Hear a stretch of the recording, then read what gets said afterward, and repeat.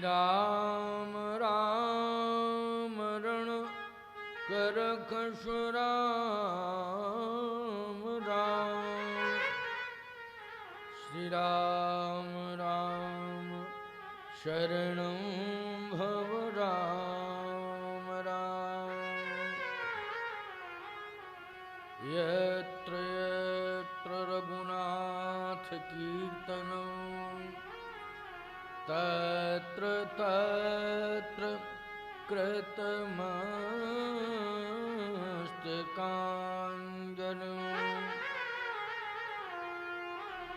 बाष्पवारि परिपूर्णलोचनं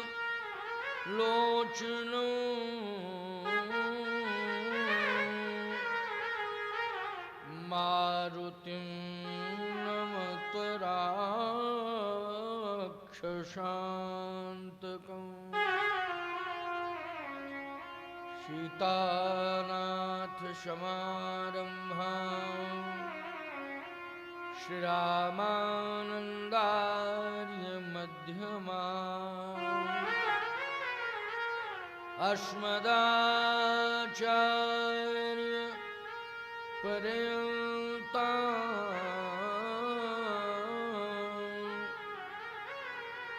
वन्दे श्रीगुरुपरम्पराम्।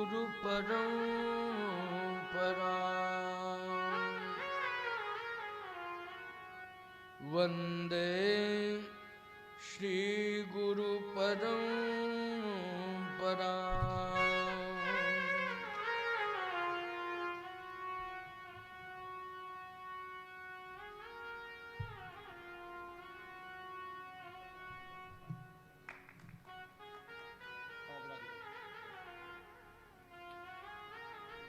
वन्दे श्री गुरुपरम्पराम्।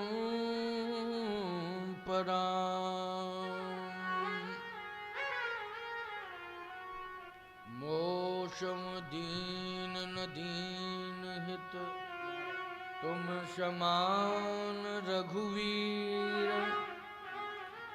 अस विचार रघुवंश मन हरहु विषम भवभीर। एक भरोसो एक बल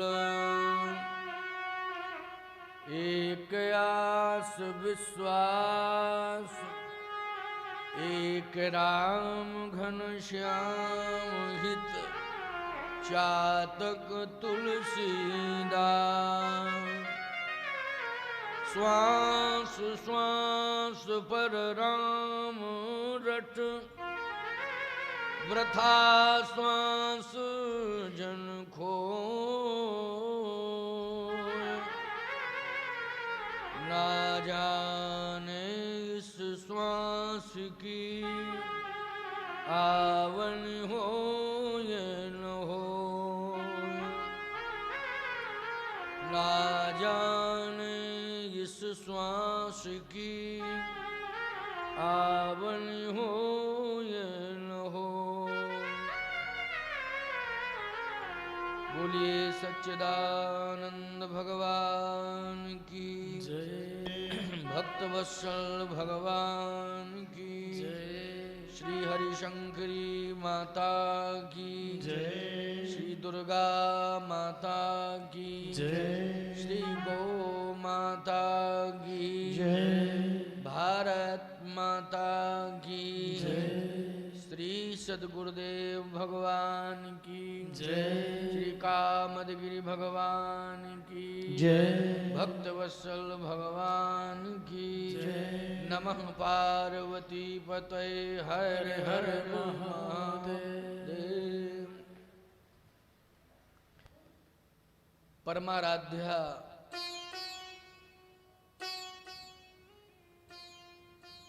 माँ राजराजेश्वरी श्री हरिशंकरी माँ के श्री चरणारविंदों में अनंत कोट साष्टांग प्रणिपात करते हुए मंचस्थ समस्त संतवृंद उपस्थित श्रद्धालुजन, श्रद्धामयी माताओं एवं बहनों, आए हम सब भगवत नाम संकीर्तन करें। तत्पश्चात बड़ी सुंदर चर्चा अभी श्री स्वामी अवधेशानंद जी के द्वारा आप श्रवण कर रहे थे, तो हर इच्छा से मैं भी समयानुकूल जो समय सुनिश्चित और निर्धारित है उसके अनुसार श्री राम कथा श्रवण कराऊं। इसके पहले हम सब भगवान का नाम लें श्रद्धा पूर्वक, प्रीति पूर्वक, तत्पश्चात भगवत कथा। हरे राम राम राम सीता राम राम राम, हरे राम राम राम सीता राम राम राम, हरे राम राम राम सीता राम राम राम, हरे राम राम राम सीता राम राम राम, हरे राम राम राम सीता राम राम राम, हरे राम राम राम सीता राम राम राम, राम राम राम सीता राम राम राम, हरे राम राम राम सीता राम राम राम, हरे राम राम राम सीता राम राम राम, हरे राम राम राम सीता राम राम राम, हरे राम राम राम सीता राम राम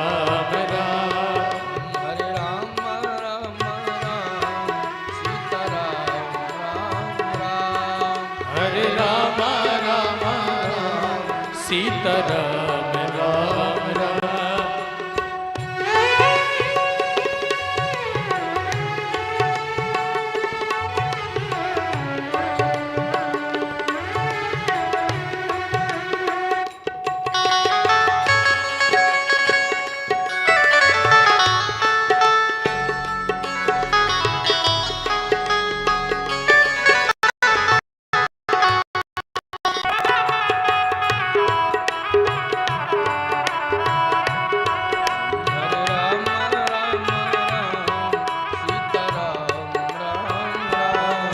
हरे राम राम राम सीता राम राम राम, हरे राम राम राम सीता राम राम राम, हरे राम राम राम सीता राम राम राम, सीता राम राम राम, हम सीता राम राम राम, सीता राम राम राम, हम सीता राम राम राम, बोलिए सच्चिदानंद भगवान की जय हो, श्री सीतानाथ भगवान की जय उपस्थित महान भाव श्रद्धामयी देवियों, अभी प्रवचन के क्रम में ही संकेत मिला कि बिना गुरु की कृपा के भगवान नहीं मिल सकते। ये बिल्कुल सत्य है। चाहे जितना तप कोई कर ले, लेकिन वो तप उसका मनमुखी माना जाएगा, उसे गुरुमुखी होना ही पड़ेगा। बिना गुरुमुखी हुए भगवान मिल नहीं सकते। आज के कथा क्रम में एक बड़ा सुंदर उदाहरण है।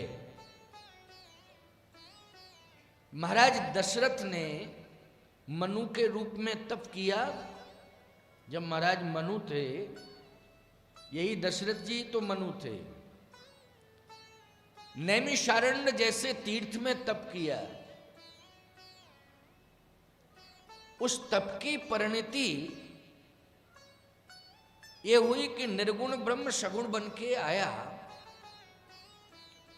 लेकिन क्या उस ब्रह्म को वो रोक पाए? प्राप्त तो हुआ, लेकिन वो वरदान दे के चला गया, रुका नहीं। क्या आपके पास ठहरा? रुका। मनु जी से पूछा आपके पास वो ब्रह्म रुका, वो ठहरा? तो मनु जी ने एक ही बात कही, आश्वासन देके चला गया ब्रह्म। आश्वासन क्या मिला? कहा मैंने ऐसी डिमांड की थी कि वो डिमांड सुन करके, मेरी मांग को सुन करके पहले तो आश्चर्यचकित हुआ। अच्छा, आप सब रामचरितमानस के श्रोता हो, वर्षों से कथा सुन रहे हो। महाराज मनु की मांग क्या है? मांग पर विचार करो। महाराज मनु की मांग ऐसी वैसी मांग नहीं है। महाराज मनु की, मनु जी ने जैसा भगवान से मांगा, आज तक भक्तों ने ऐसा कभी मांग ही नहीं पाया। बहुत भक्तों ने भगवान से मांगा। प्रहलाद ने भी भगवान से मांगा, ध्रुव जी ने भी भगवान से मांगा, मीराबाई ने भी भगवान से मांगा, सूर तुलसी कबीर ने भी भगवान से मांगा, सुतीक्षण जी ने भी भगवान से मांगा, अत्रि जी ने भी भगवान से मांगा। लेकिन प्यारे, ये सब मांगते रह गए, भगवान चले गए। दे दिया जो मांगा सो दे दिया, लेकिन भगवान रुके नहीं किसी के पास। क्या रुके? चले गए भगवान। मनु जी ने भी मांगा। क्या मांगा? दान शिरोमणि कृपा निधि, नाथ कहो सति भाव,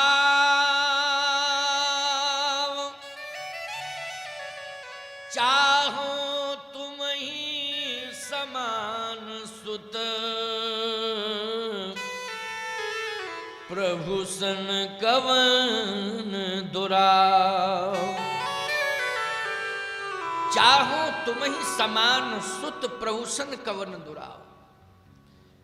मैं आपके समान सुत चाहता हूं, ये मांगा।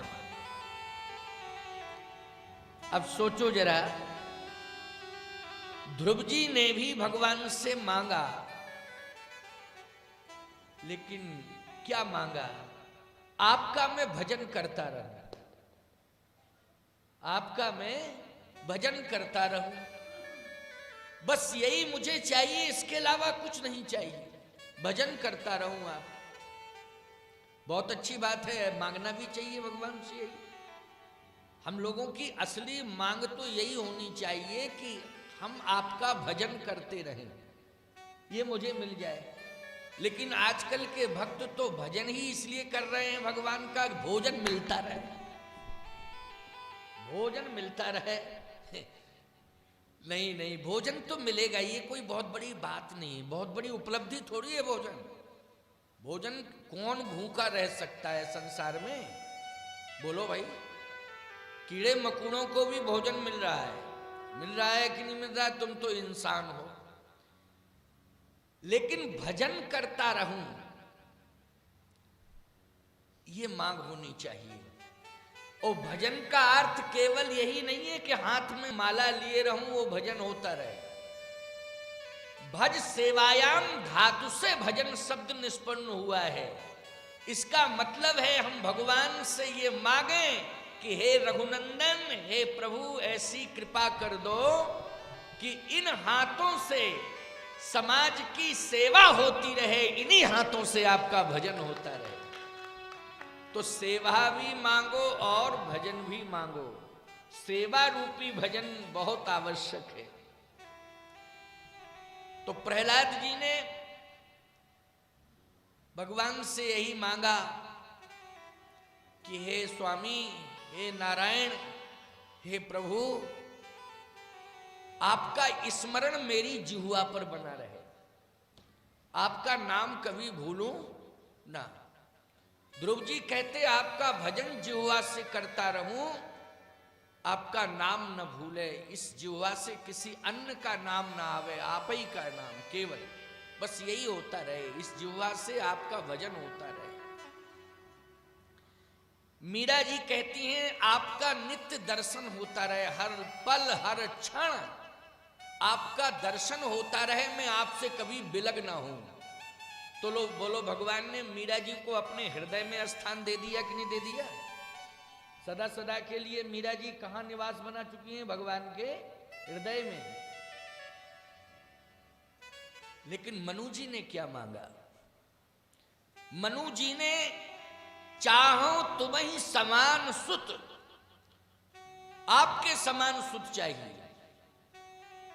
बड़ी विचित्र मांग है। सुत मानी बेटा। भगवान ने कहा कि मैं बेटा बन जाऊं?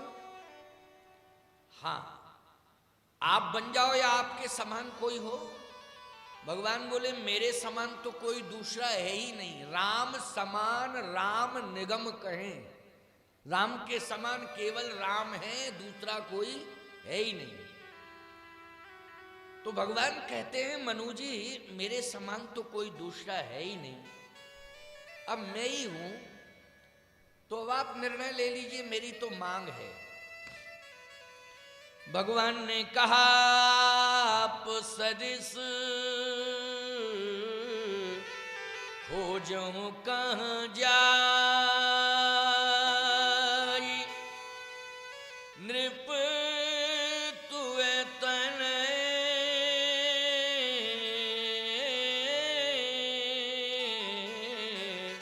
होव में आई, नृप तुए तने होव में आई। मैं स्वयं बेटा बन के आऊंगा।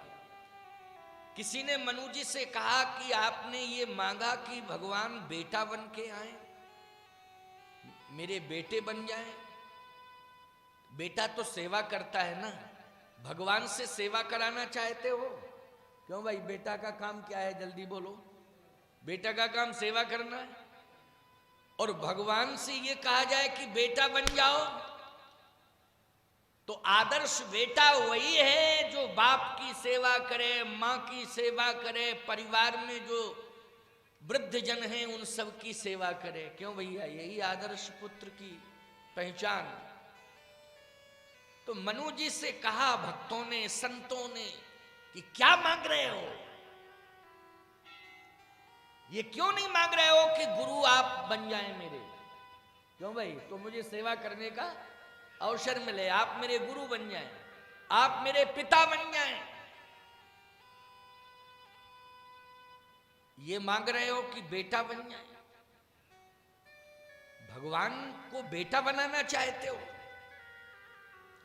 मनु जी ने कहा हाँ, मैंने चैलेंज से कहा है कि मैं बेटा बनाना चाहता हूं भगवान। अब बनना हो तो बने, नहीं मना करे। हाँ, बनना हो तो बन जाए, नहीं मना करके चला जाए, हमें क्या दिक्कत की बात है। भगवान ने कहा नहीं नहीं, बेटा बनूंगा, लेकिन अभी नहीं, अभी इंतजार करो, मैं सब कुछ बनने को तैयार हूं। तो अभी क्यों नहीं बन रहे आप? जा क्यों रहे हो? कहे अभी मैं जा रहा हूं, अभी नहीं बनूंगा। आ तो गया हूं, दर्शन भी देके जा रहा हूं, लेकिन अभी रुकूंगा नहीं। क्यों? कारण क्या है? ये तीर्थ नहीं है। तीर्थ तो बहुत अच्छा है, पुनीत तट है गोमती जी का, नैमिषारण्य दिव्य तीर्थ है, यहां साधु संत वास करते हैं। तो कौन सी कमी इस तीर्थ में नजर आ रही है कि आप देकर के जा रहे हैं, वचन देकर के जा रहे हैं, लेकिन आप रुक नहीं रहे? आप यहां ठहर क्यों नहीं रहे? कारण क्या है? भगवान ने कहा कि एक कमी है मनु जी आपके जीवन में। क्या कमी है? आपकी निष्ठा ने मुझे नैमिषारण्य तीर्थ तक तो ला दिया, लेकिन अभी मैं आपके अंतःकरण में प्रवेश नहीं करूंगा। देखो एक बात बताएं, पिता पुत्र को कहां स्थान देता है? ईमानदारी से बताना। हृदय से प्यार करता है वो बेटे से, अपनी संतान से, करता है कि नहीं करता है? पिता अपने पुत्र से बोलो हृदय से प्यार करता है कि नहीं करता है? संतान से हृदय से प्यार करता है। इसका मतलब है कि हृदय से अगर संतान से प्यार करता है पिता, तो संतान को स्थान कहां देता है? हृदय में ही देता है। यही उसका मोह है। वैसे हृदय में स्थान परमात्मा को देना चाहिए, लेकिन वो परमात्मा को ना दे करके संतान को जगह देता है हृदय में, क्योंकि वो मोह है, उसे विवश करता है। मोह क्या करता है? विवश करता है। मोह सकल व्याधन कर मूला, व्याधियों का मूल ही मोह है।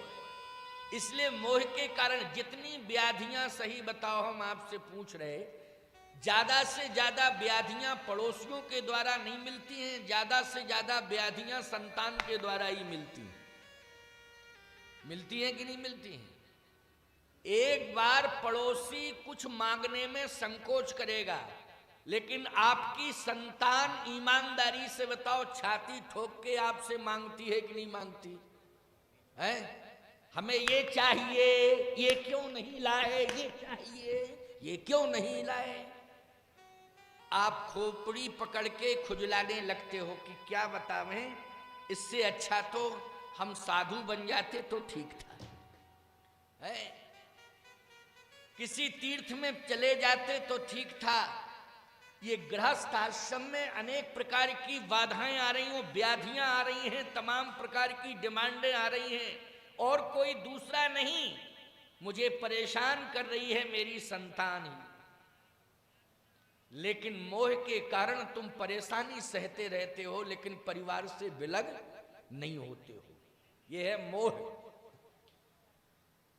तो महाराज मनु भी परमात्मा से मोह करना चाहते हैं, लेकिन परमात्मा से मोह तो करना चाहते हैं, परंतु पुत्र के रूप में मोह करना चाहते हैं। महाराज मनु पिता के रूप में नहीं प्राप्त करना चाहते हैं, गुरु के रूप में प्राप्त नहीं करना चाहते हैं, मित्र के रूप में भी प्राप्त नहीं करना चाहते हैं, परमात्मा को पुत्र के रूप में प्राप्त करना चाहते हैं। इसका एक भाव और है, बड़ा अद्भुत भाव है। महाराज मनु को भगवान से मोह है। जैसे एक पिता को पुत्र से मोह होता है, वैसे ही परमात्मा के प्रति मोह है।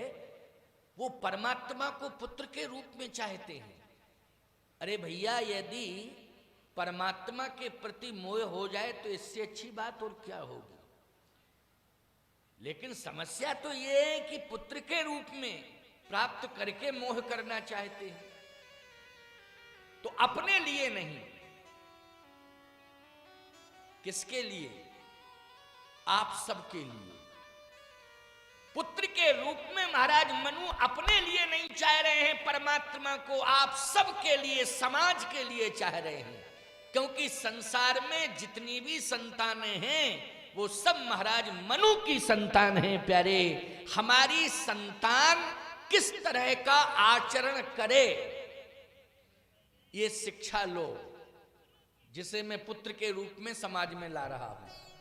समझ गए हो कि नहीं बात? इस तरह का आचरण होना चाहिए।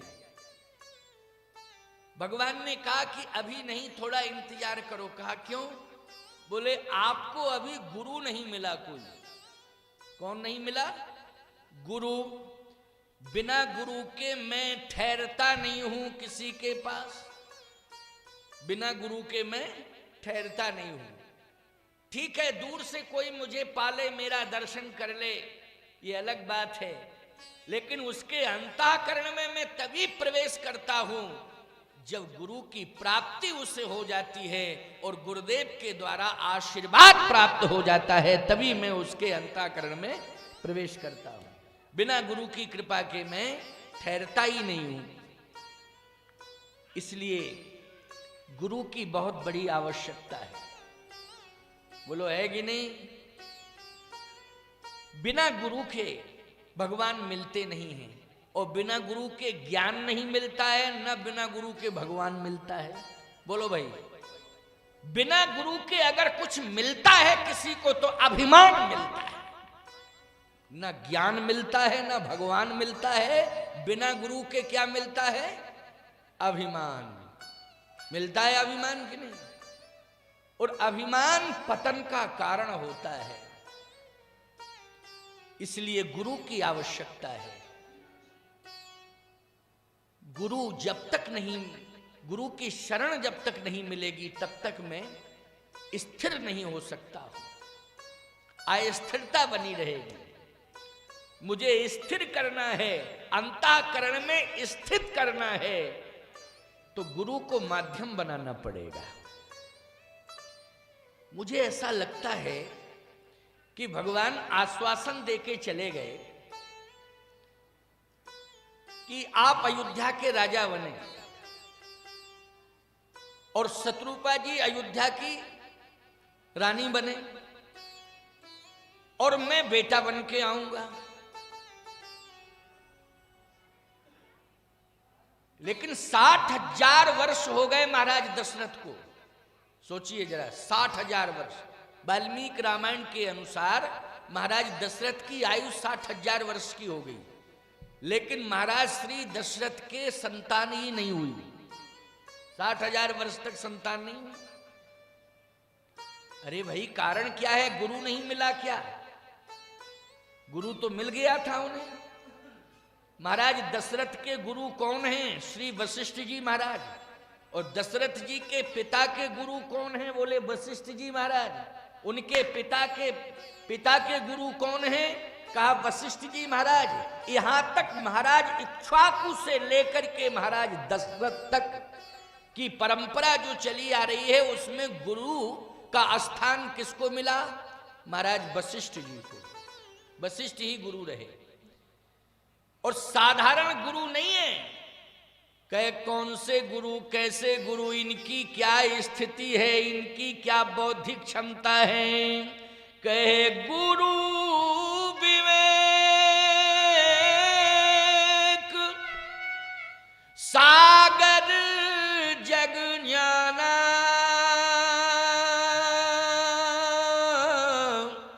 और जिन्हीं बीसु कर बदर समान। ऐसे विवेक के सागर हैं वशिष्ठ जी महाराज कि समुद्र की गहराई को कोई भले ही माप ले। वैसे तो समुद्र की गहराई को मापने का कोई मापदंड अभी तक तैयार नहीं हुआ, लेकिन शायद समुद्र की गहराई को कोई माप ले। लेकिन गुरु वशिष्ठ के ज्ञान की गहराई को मापने का कोई मापदंड अभी तक तैयार नहीं हुआ। ऐसा गुरु मिला है अयोध्या को, ऐसा गुरु मिला है अयोध्या के राजाओं को। ऐसा गुरु पाकर के भी भगवान अभी तक नहीं मिला। 60,000 साल के हो गए महाराज दशरथ, लेकिन क्या भगवान मिले? नहीं मिले। अभी कहां मिले हैं? 60,000 साल की आयु हो चुकी है, लेकिन भगवान नहीं मिले। जबकि महाराज मनु को भगवान आश्वासन देके आए थे कि मैं अस्थिर रूप से आ सकता हूं, जा सकता हूं, लेकिन स्थिर रूप से यदि कोई मुझे प्राप्त करना चाहता है तो मुझे प्राप्त करने के पहले उसे गुरु की कृपा प्राप्त करनी पड़ेगी। बिना गुरु की कृपा के मैं कभी किसी के पास सदा सदा के लिए नहीं आ सकता। देखो भैया, हम लोग भगवान के सहारे जी रहे हैं। हम तो अपनी बात कह रहे हैं, आप लोग भी भक्त हो तो यही भाव मानते होगे, लेकिन मैं अपनी बात कह रहा हूं। हम अपने वैराग्य की बात पर भरोसा करते हैं, हम अपने वैराग्य पर भरोसा करते हैं।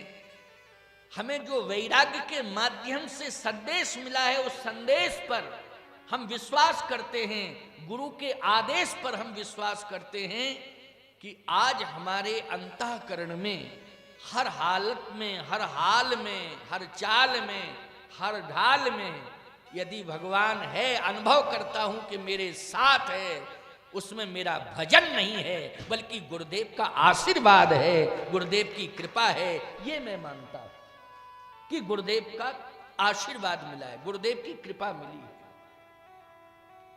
भजन तो जितना हो रहा है उतना हो रहा है, नहीं भी होता, किसी दिन भजन नहीं भी हो पाता है। क्यों भाई? किसी दिन होता है, ये तो कंडीशन पर डिपेंड करता है। क्यों भाई? लेकिन ये मैं मानता हूं कि नित्य ही भगवान के दर्शन का अनुभव मुझे हो जाता है, उसमें मैं भजन का प्रभाव नहीं बताता हूं, बल्कि गुरुदेव के आशीर्वाद का प्रभाव बताता हूं कि गुरुदेव का आशीर्वाद है, गुरु की कृपा है कि भगवान हमें एक पल एक क्षण छोड़ते नहीं है, एक पल एक क्षण भी छोड़ते नहीं है। ये गुरुदेव की कृपा का बल है, उनकी कृपा की विशेषता है।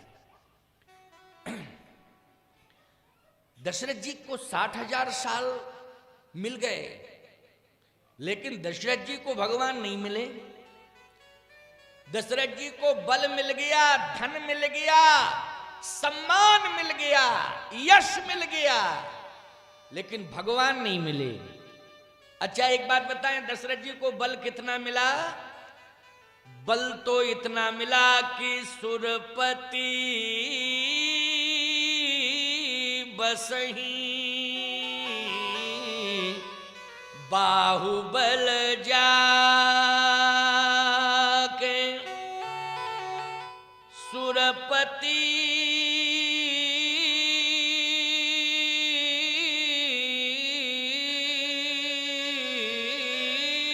बसई बाहुबल जाके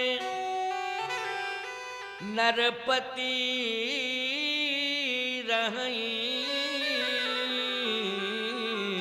सकल रुखता के। बोलो, ये भुजाओं का बल है। इसका मतलब है कि बल मिल गया। आपको बल मिल सकता है पुरुषार्थ से, आपको धन भी मिल सकता है पुरुषार्थ से,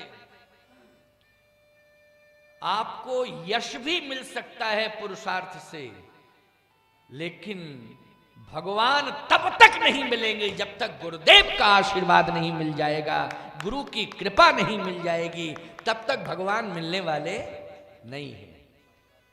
दशरथ जी को धन भी बहुत मिल गया। धन कितना मिला? अवध राज सुर राज सिंहाही दशरथ धन लख धनद लजाही। ये धन मिला। अच्छा यश कितना मिला? यश आगे हुए जही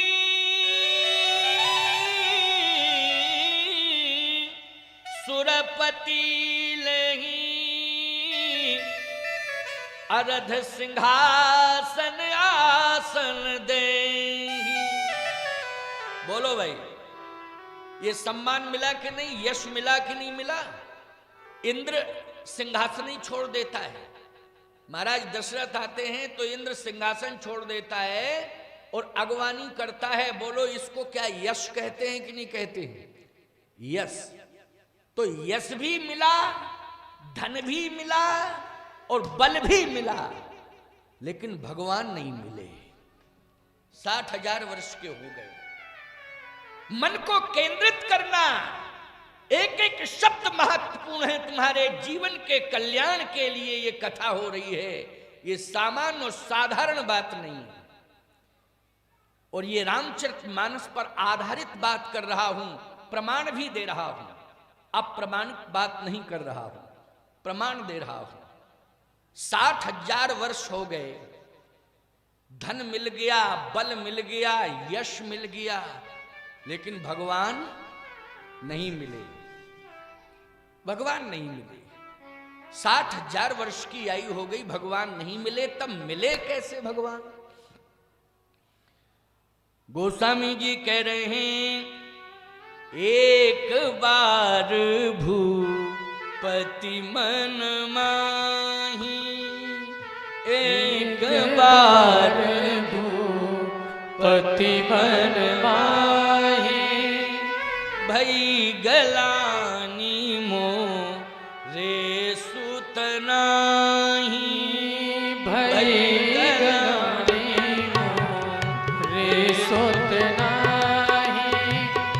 भई गलानी मोरे सुत नाही, भई गलानी मोरे सुत नाही, भई गलानी मोरे सुत नाही, भई गलानी मोरे सुत नाही, भई गलानी मोरे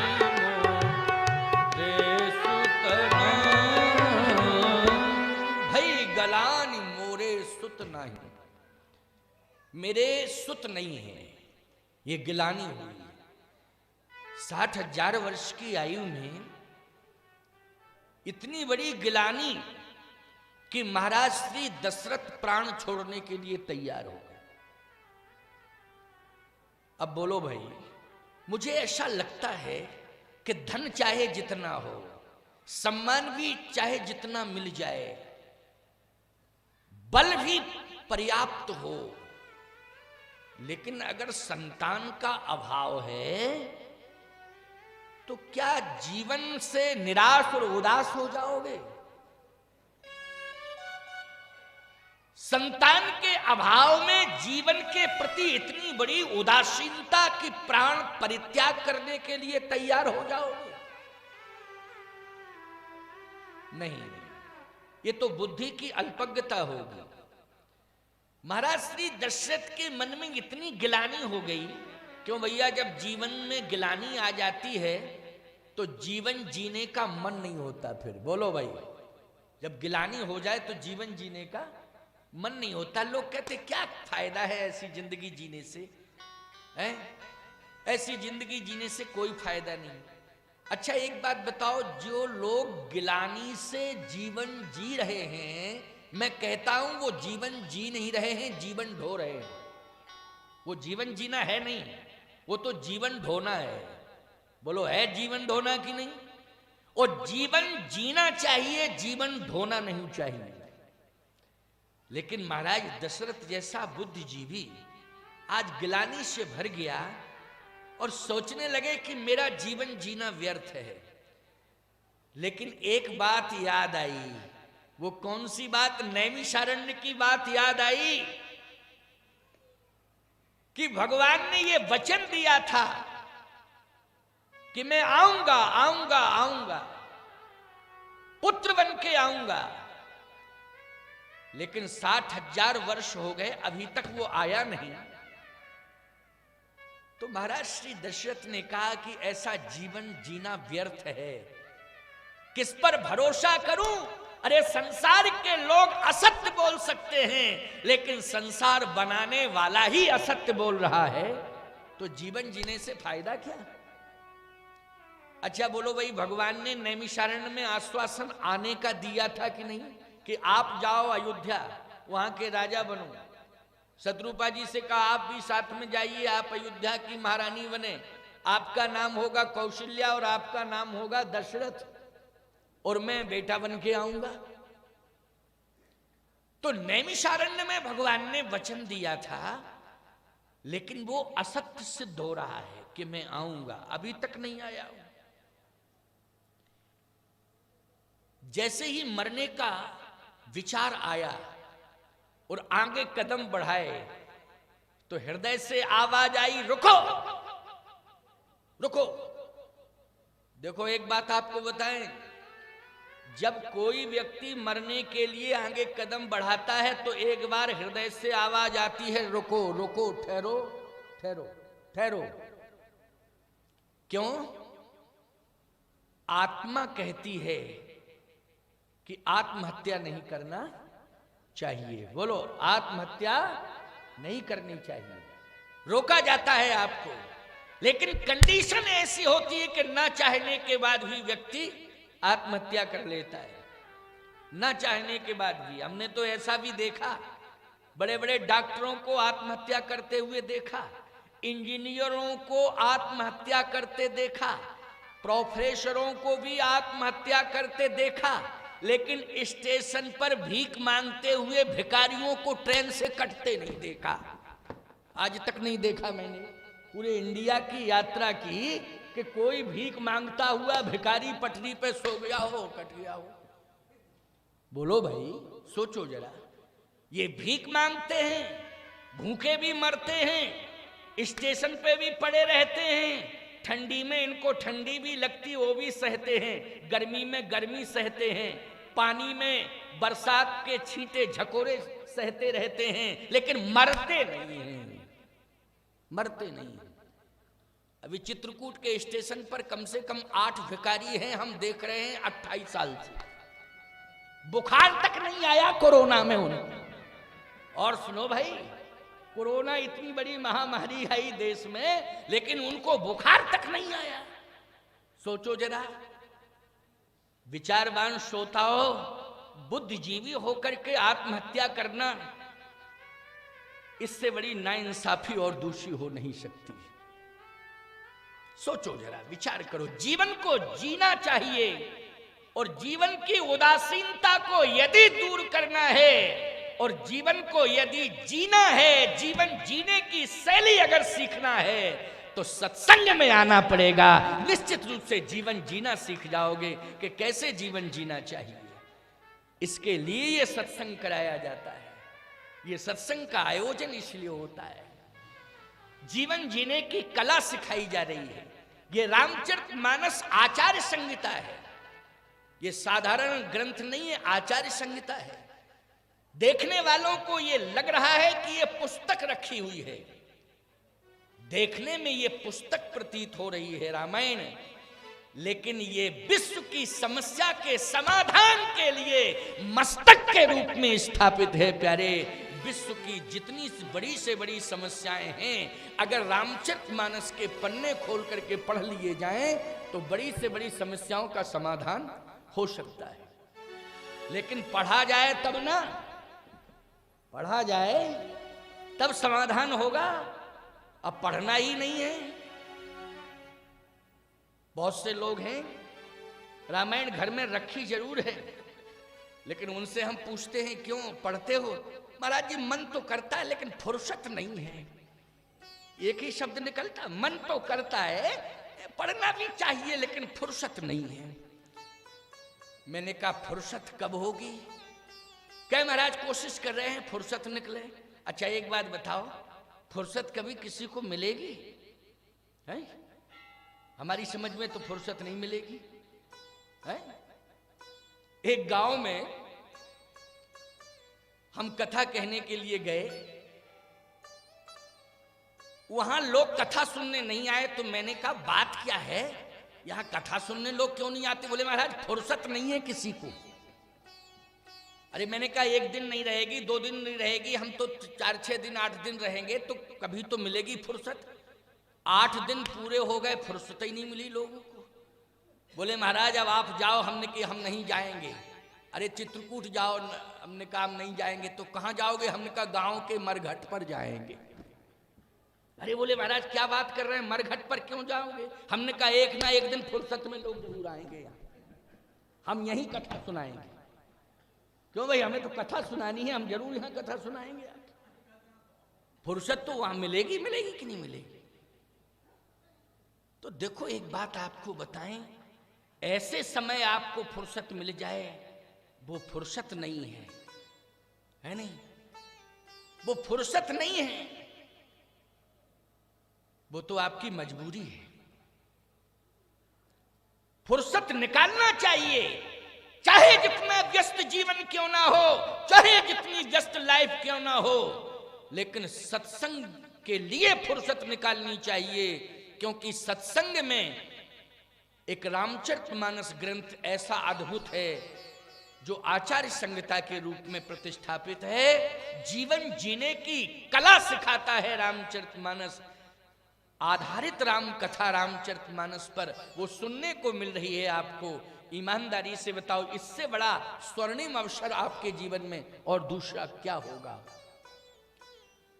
तो आज मैं स्पष्टीकरण दे रहा हूं कि महाराज दशरथ ने कहा कि अरे गिलानी से हृदय भर गया, इसका मतलब है कि मुझे प्राणांत करना चाहिए। नहीं नहीं दशरथ, ऐसा नहीं। उस परमात्मा ने यह कहा था कि मैं मिलूंगा और तुम्हारे जीवन में सदा तुम्हारे साथ रहूंगा, यहां तक कि एक पल एक क्षण भी अलग नहीं होऊंगा, इसके लिए गुरु की कृपा चाहिए। किसकी कृपा चाहिए? गुरु की कृपा। मैं बिना गुरु की कृपा के प्राप्त नहीं हो सकता हूं, ना मैं बल से प्राप्त हो सकता हूं। अगर कोई बलवान बल के माध्यम से मुझे प्राप्त करना चाहे तो ना मैं बल से मिल सकता हूं, कोई धन के प्रभाव से धनवान मुझे पाना चाहे ना मैं धन से मिल सकता हूं, कोई यश पाने वाला यश के माध्यम से मुझे पाना चाहे ना मैं यशवान को मिल सकता हूं, मैं उसी भाग्यवान को मिल सकता हूं जिसको गुरु की कृपा प्राप्त हो चुकी है, मैं उसी को प्राप्त हो सकता हूं। इसलिए गुरु की शरण में जाना चाहिए। क्यों भाई? गुरु मरण नहीं करना चाहिए, गुरु शरण करना लेना चाहिए। क्यों भाई? मरण नहीं, गुरु शरण। गुरु शरण इसलिए गुरु ग्रह गए, गुरु ग्रह गयो, गुरु ग्रह गयो,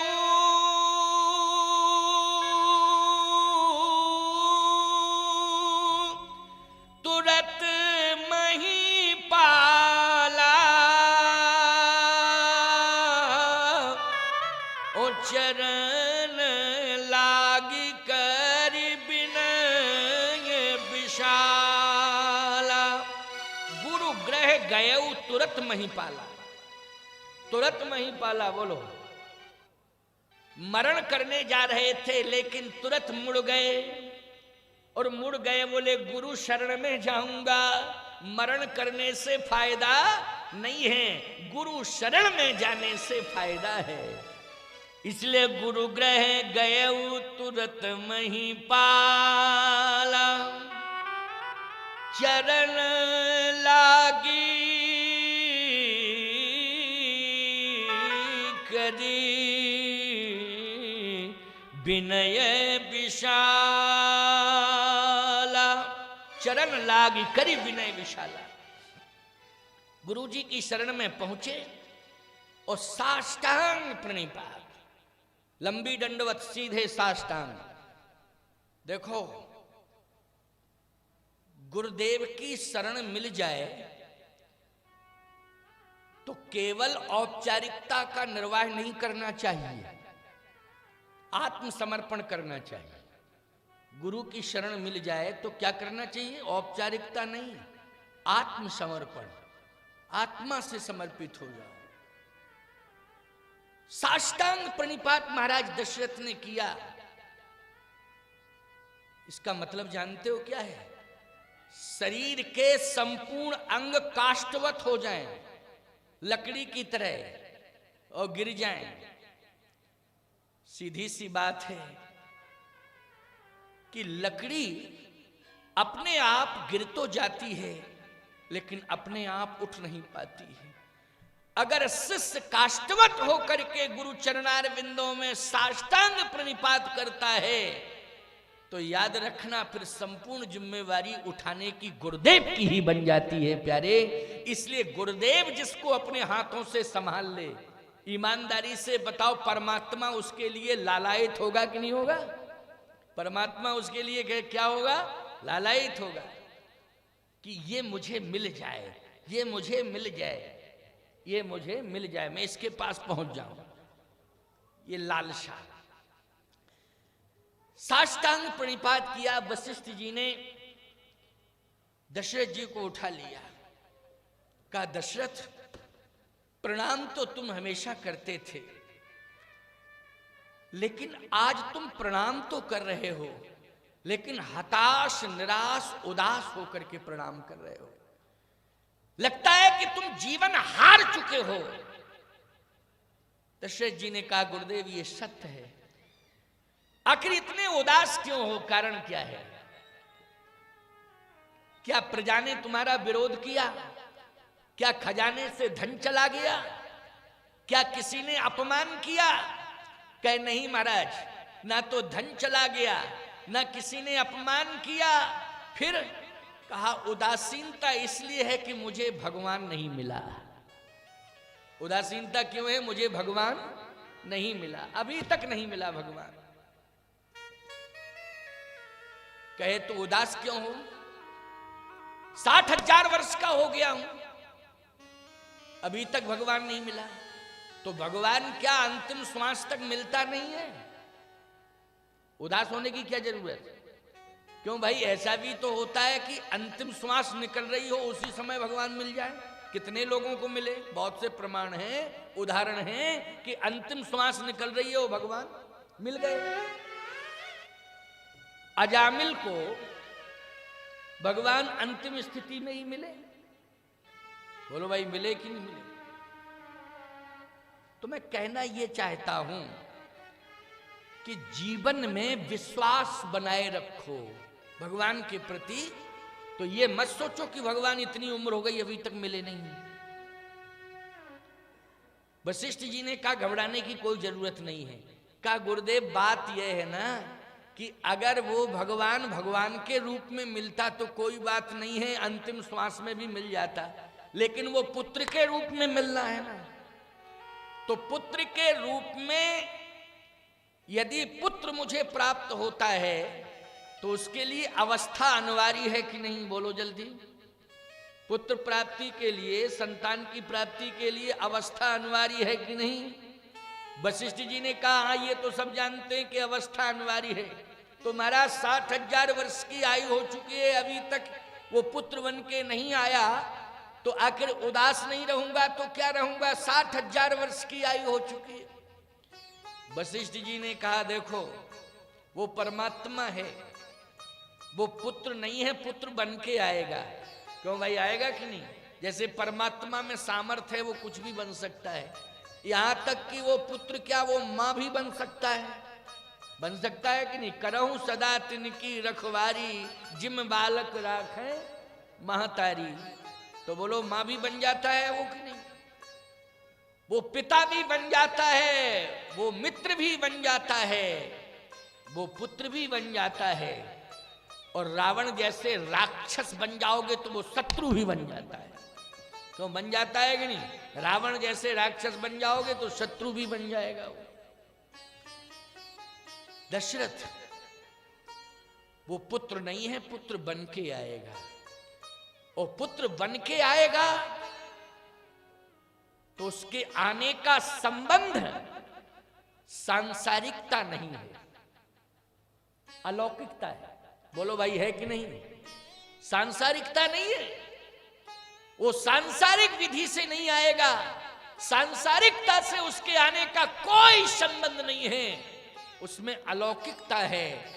इसलिए सांसारिकता को लेकर के जो संसार में आता है वो पैदा होता है, लेकिन परमात्मा अलौकिकता को लेके आता है, इसलिए वो प्रकट होता है प्यारे। तो वो तो प्रकट होगा, और प्रकट होगा तो ईमानदारी से बताओ, अवस्था से क्या लेना देना? बोलो, अवस्था से कोई मतलब है? वो तो प्रकट होना है उसे। अवस्था कुछ भी बनी रहे, अंतिम श्वास भी निकल रही हो तब भी वो प्रकट हो सकता है। और वो पुत्र बन के ही आएगा। लेकिन इसके लिए तुम गिलानी मत करो, इसके लिए तो करना क्या पड़ेगा? धरहूं धीर, धरहूं धीर, अरे हुई है सुतचारी,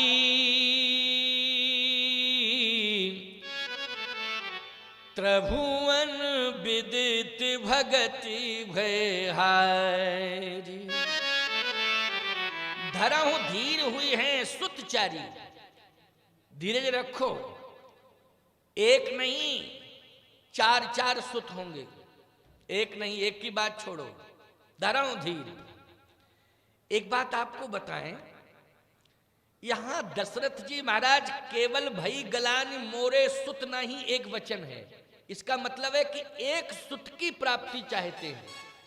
और भगवान ने नैमिषारण्य में जो आश्वासन दिया था वो एक वचन में दिया था आश्वासन। पढ़ो रामायण, एक वचन में आश्वासन दिया था, आप सरस खोजों कहां जाई, नृप तुए तनय होव में आई।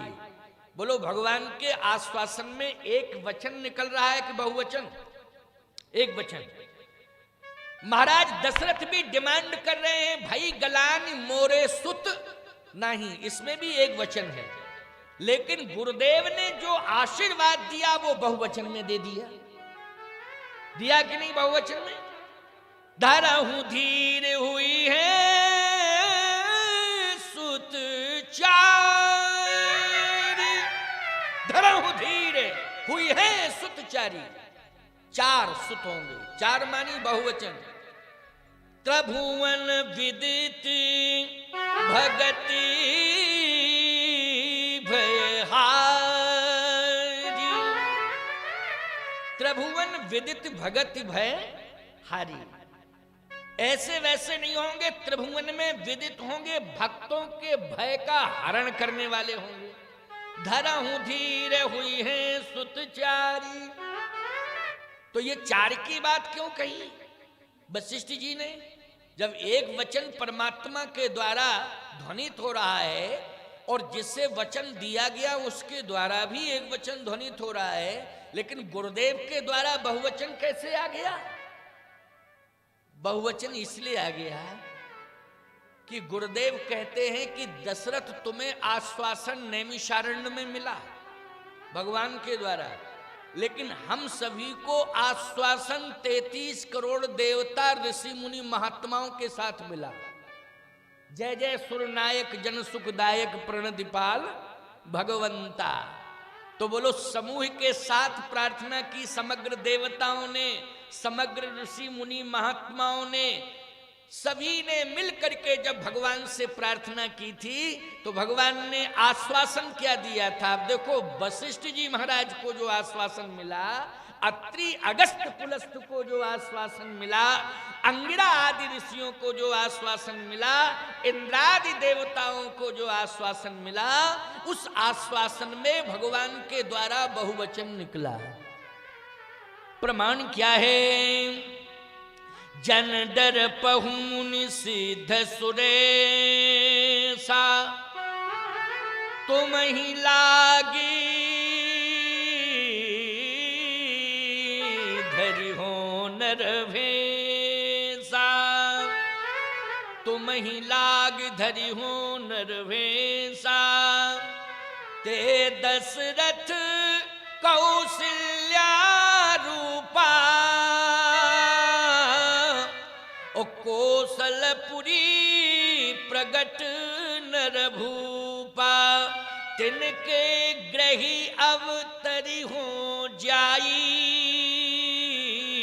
रघुकुल तिलक सुचारु भाई। बोलो भाई, अंतर आया कि नहीं? इसलिए आज वशिष्ठ जी महाराज कह रहे हैं, धरहु धीर हुई है सुतचारी। जो मुझे आश्वासन मिला कि हम 4 होंगे, 4 अकेले नहीं, 4 होंगे, इसलिए चिंता मत करो। अब तुम अपनी बात पर अड़े हो कि हमारी बात मान रहे हो? बताओ, अपनी बात पर अड़े हो कि हमारी मान रहे हो? दशरथ जी बोले, महाराज आप ही की मान रहे हैं, आप ही की मान रहे हैं।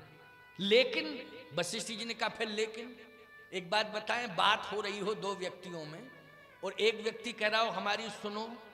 हाँ सुनूंगा तो मगर, इसका मतलब है मगर में एक्स्ट्रा हो गया कि नहीं, संदेह हो गया कि नहीं? मानना तो चाहिए, लेकिन अगर मगर परंतु ये संदेह को पैदा कर देते हैं, है ना? तो ये लेकिन कैसे आ गया? लेकिन इसलिए आया कि रानियां तो 3 है ना। हाँ है तो रानियां 3 हैं। अगर 4 होती तो 4 बेटे आ जाते, अगर 3 हैं तो 3 आ जाएं तो एक पुत्र हो जाएगा, तो समस्या लगी। क्योंकि समस्या यह है ना कि अगर किसी के पत्नियां 3 हैं और 2 के संतान हो, 1 के ना हो, तो जिंदगी भर कुंठा में जीती है कि नहीं जीती? बोलो भाई। पुरुष को तो, पति को भी तो सुखानुभूति होगी कि भाई संतान हो चुकी, लेकिन जो मां की भूमिका का निर्वाह कर रही है अगर उसकी कोख से संतान नहीं होती है तो बोलो कुंठा की शिकार बनती है कि नहीं बनती? बनती है। फिर दुनिया के लोग यही कहते, कर्मों का फल भोग, कर्म तेरे बिगड़ गए इसलिए फल सामने आ गया। तो वो यही कहती है, ठीक है, जो इच्छा थी भगवान की वो हो गया, लेकिन उसके मन में अंतिम श्वास तक कुंठा रहती है कि कोई कर्म जिंदगी में ऐसा बिगड़ गया मुझसे कि संतान नहीं हुई। माताओं दुखी मत होना, ये हल्की सोच है। यदि समाज धिक्कारता है कि ये कर्मों की परिणति है तो इसमें गिलानी महसूस नहीं करना चाहिए। अथवा कोई नहीं भी कहता है तो स्वयं में गिलानी महसूस नहीं करना चाहिए कि मेरे संतान नहीं हुई, संतान नहीं हुई, संतान नहीं हुई। संतान मिल जाती तो मेरी कोख धन्य हो जाती। कोख धन्य, ऐसी कम ही संतानें हैं जो मां की कोख धन्य करती हैं। ऐसी कम ही संतानें हैं जो मां की कोख को धन्य करती हैं। ऐसी तमाम संतानें हैं कि जो शैतान बन करके पता नहीं मां बाप को कहां कहां तक पहुंचा देती, शैतान बन करके, बोलो। लेकिन सत्य तो यह है माताओं, ठीक है भगवान की कृपा हो जाए, भगवान की कृपा से तुम्हारी हरी भरी गोद हो जाए और ऐसी संतान तुम्हारी गोद में आवे, कोख में आवे कि जो भले ही भेष से संत ना हो लेकिन उद्देश्य से संत बन करके समाज का हित करे, कल्याण करे, ऐसी संतान तुम्हें मिले। ये मेरी हृदय की कामना है, भगवान से प्रार्थना है। लेकिन यदि कहीं प्रारब्धानुसार कोई ऐसी कंडीशन आ गई कि जिसमें संतान नहीं कोख तक आई, तो ऐसा नहीं सोचना चाहिए कि हर पल हर क्षण अपनी जिंदगी को धिक्कारो, हर पल हर क्षण अपनी जिंदगी को धिक्कारो।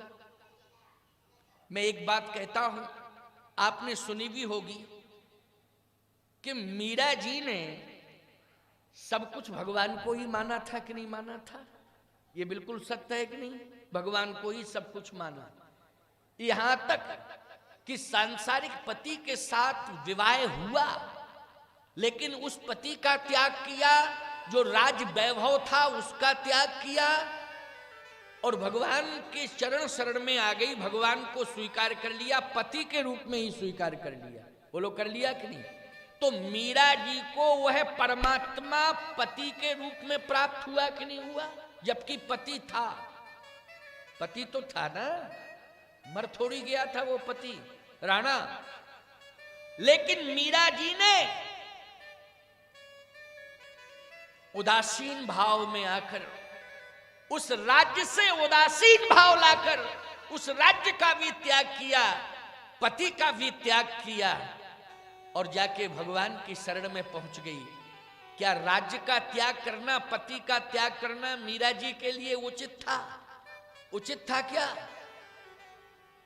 मीरा जैसी आदर्श, मीरा जैसी महान साध्वी, ये तमाम जो है साध्वियां बन जाती हैं, खूब गीत संगीत होता है, सब कुछ भक्तिमय गीत होते हैं, लेकिन क्या मीरा की कोटि में कोई साध्वी पहुंच पाई आज तक? चाहे जितना मजीरा बजावे और चाहे जितना ढोल बजावे, लेकिन मीरा जी की स्थिति पर कौन आज पहुंच पाई साध्वी? जरा बता दो। यहां तक कि राधा जी को तो भगवान श्री कृष्ण योगेश्वर का वाम भाग ही बैठने को मिला, मीरा जी को तो भगवान का हृदय ही सदा सदा के लिए मिल गया। बोलो मिल गया कि नहीं? इसलिए मीरा धन्य है, उसने परमात्मा को ही अपना सब कुछ माना, क्योंकि उस राज्य के अंदर धर्म अनुकूल वातावरण न होने के कारण, समझ रहे हो कि नहीं, धर्म अनुकूल वातावरण न होने के कारण मीरा ने सबका त्याग कर दिया, संपत्ति और पति परिवार ससुराल सबका त्याग कर दिया। लेकिन जहां पर वातावरण उसे शुद्ध मिला, संतों के बीच में सत्संग मिला, सत्संग के माध्यम से भगवान की कृपा मिली, इसलिए मीरा जी ने सबका त्याग किया, लेकिन संत और सत्संग का त्याग नहीं किया और उसे भगवान की प्राप्ति हो गई। तो जब मीरा को इसी कलिकाल में पति के रूप में परमात्मा प्राप्त हो सकता है, तो आपको भी विश्वास करना, सारा समर्पण भगवान के चरणों में कर दो। मैं दावे के साथ कह रहा हूं, यदि संतान नहीं है तो परमात्मा तुम्हें किसी न किसी रूप में संतान बन करके सुख प्रदान करेगा।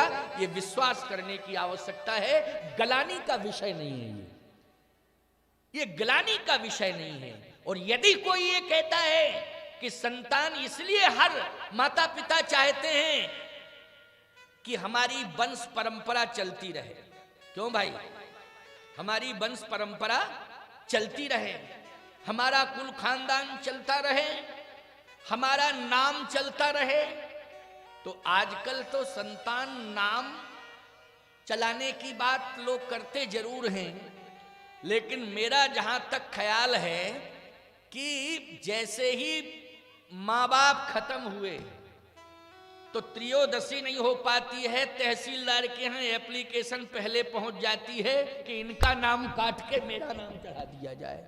क्यों भाई, रिकॉर्ड में रिकॉर्ड दुरुस्ती उसको कहते हैं, रिकॉर्ड दुरुस्ती, रिकॉर्ड दुरुस्त कराओ। अब बोलो भाई, अरे कहां तुम्हारी संपत्ति चली जाएगी, कौन इसे लूट ले जाएगा, इतनी जल्दबाजी करने की क्या जरूरत है? बोलो भाई, क्या जरूरत है? और सुन लो मेरी बात, मां मर रही है, बाप मर रहा है, अगर बेटे को ऐसा एहसास हो जाए कि इनके पास कुछ है तो वो हिलाता डुलाता है, बोलो ना कहां रखा है, जल्दी बताओ कहां रखा हुआ है। क्यों भाई, इतना घबराता है, हिलाता है डुलाता है कि ये बता दें कि धन यहां रखा है, पैसा मैंने अमुक को दिया है। अरे उसके तो प्राण निकल रहे हैं, तुम हिला डुला के और प्राण निकाले दे रहे हो जल्दी। इतना धन के प्रति आकर्षण, इतना संपत्ति के प्रति आकर्षण, ये संसार माया का संसार है। ये माया समाज को, संसार को भ्रमित करती है, और भ्रमित करती है प्यारे, तो उस भ्रमजाल में जो फंस जाता है वो संसार में मरता तो है लेकिन फिर भटकता है, फिर संसार में आता है। पुनरपि जन्मम पुनरपि मरणम पुनरपि जननी जठरे सैनम, बार बार जाओगे, बार बार आओगे और फिर इसी चक्कर में पड़े रहोगे। तो मैं तो ये मानता हूं कि ये मुक्ति नहीं है प्यारे, इसको मुक्ति नहीं कहते हैं और ना ही इसे भक्ति कहते हैं। भक्ति मीरा जैसी करो, भक्ति मीरा जैसी करो, और मुक्ति गीधराज जैसी लो।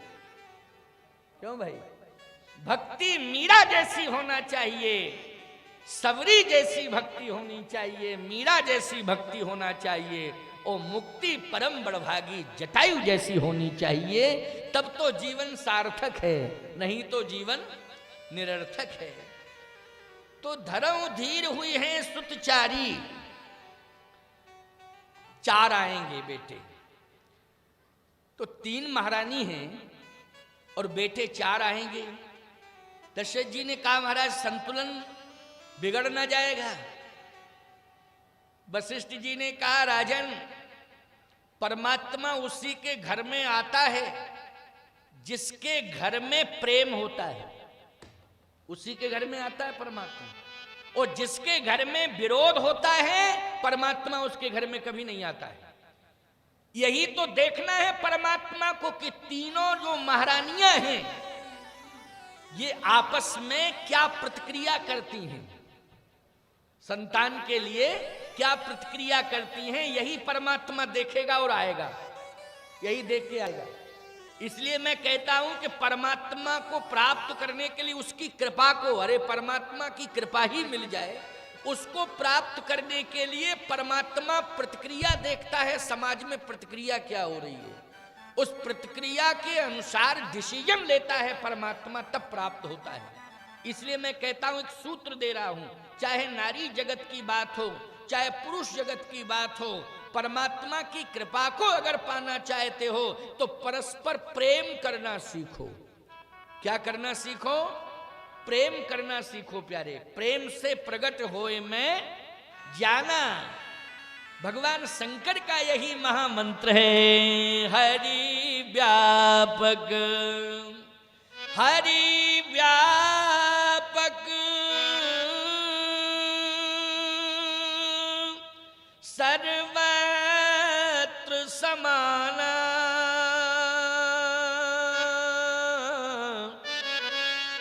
ओ प्रेम ते प्रगट होई में जाना। प्रेम ते प्रगट होई में जाना। भगवान प्रेम से ही प्रकट होते हैं। तो पहले तो वशिष्ठ जी कह रहे वो प्रेम देखेगा कि तुम्हारे 3 पत्नियां हैं, वो तीनों में प्रेम है कि नहीं आपस में। यहां मैं केवल पत्नियों की बात ही नहीं कर रहा हूं। ये सोचो कि 3 पत्नियां जब होंगी तभी परमात्मा मिलेगा। नहीं, उल्टा सीधा अर्थ लगा लो। क्यों भाई? आजकल लोग उल्टा सीधा अर्थ बहुत लगाते हैं। हाँ, पता नहीं किस तरह के मूढ़ी लोग बैठे रहते हैं। एक बार एक व्यक्ति ने मुझसे सभा में ही खड़े होकर प्रश्न कर दिया।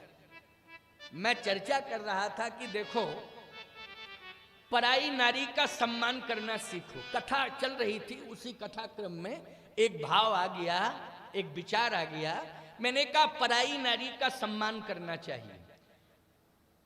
पराई नारी का जो अपमान करता है और अपनी नारी का भी सम्मान करना चाहिए, और पराई नारी का भी सम्मान करना चाहिए। अपनी नारी से प्रेम करना चाहिए और पराई नारी को प्रणाम करना चाहिए। बोलो भैया, अपनी नारी से प्रेम करना चाहिए और पराई नारी को प्रणाम। जननी सम जानहु पर नारी, धन पराओ विषते विष भारी।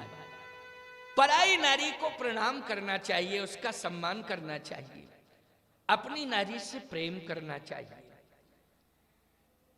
रावण ने पराई नारी का अपमान किया, लोगों ने सिर हिला दिया कि हां किया। तो मैंने कहा कि एक संत ने दोहा लिख दिया। लोगों ने कहा महाराज सुनाओ क्या दोहा लिखा।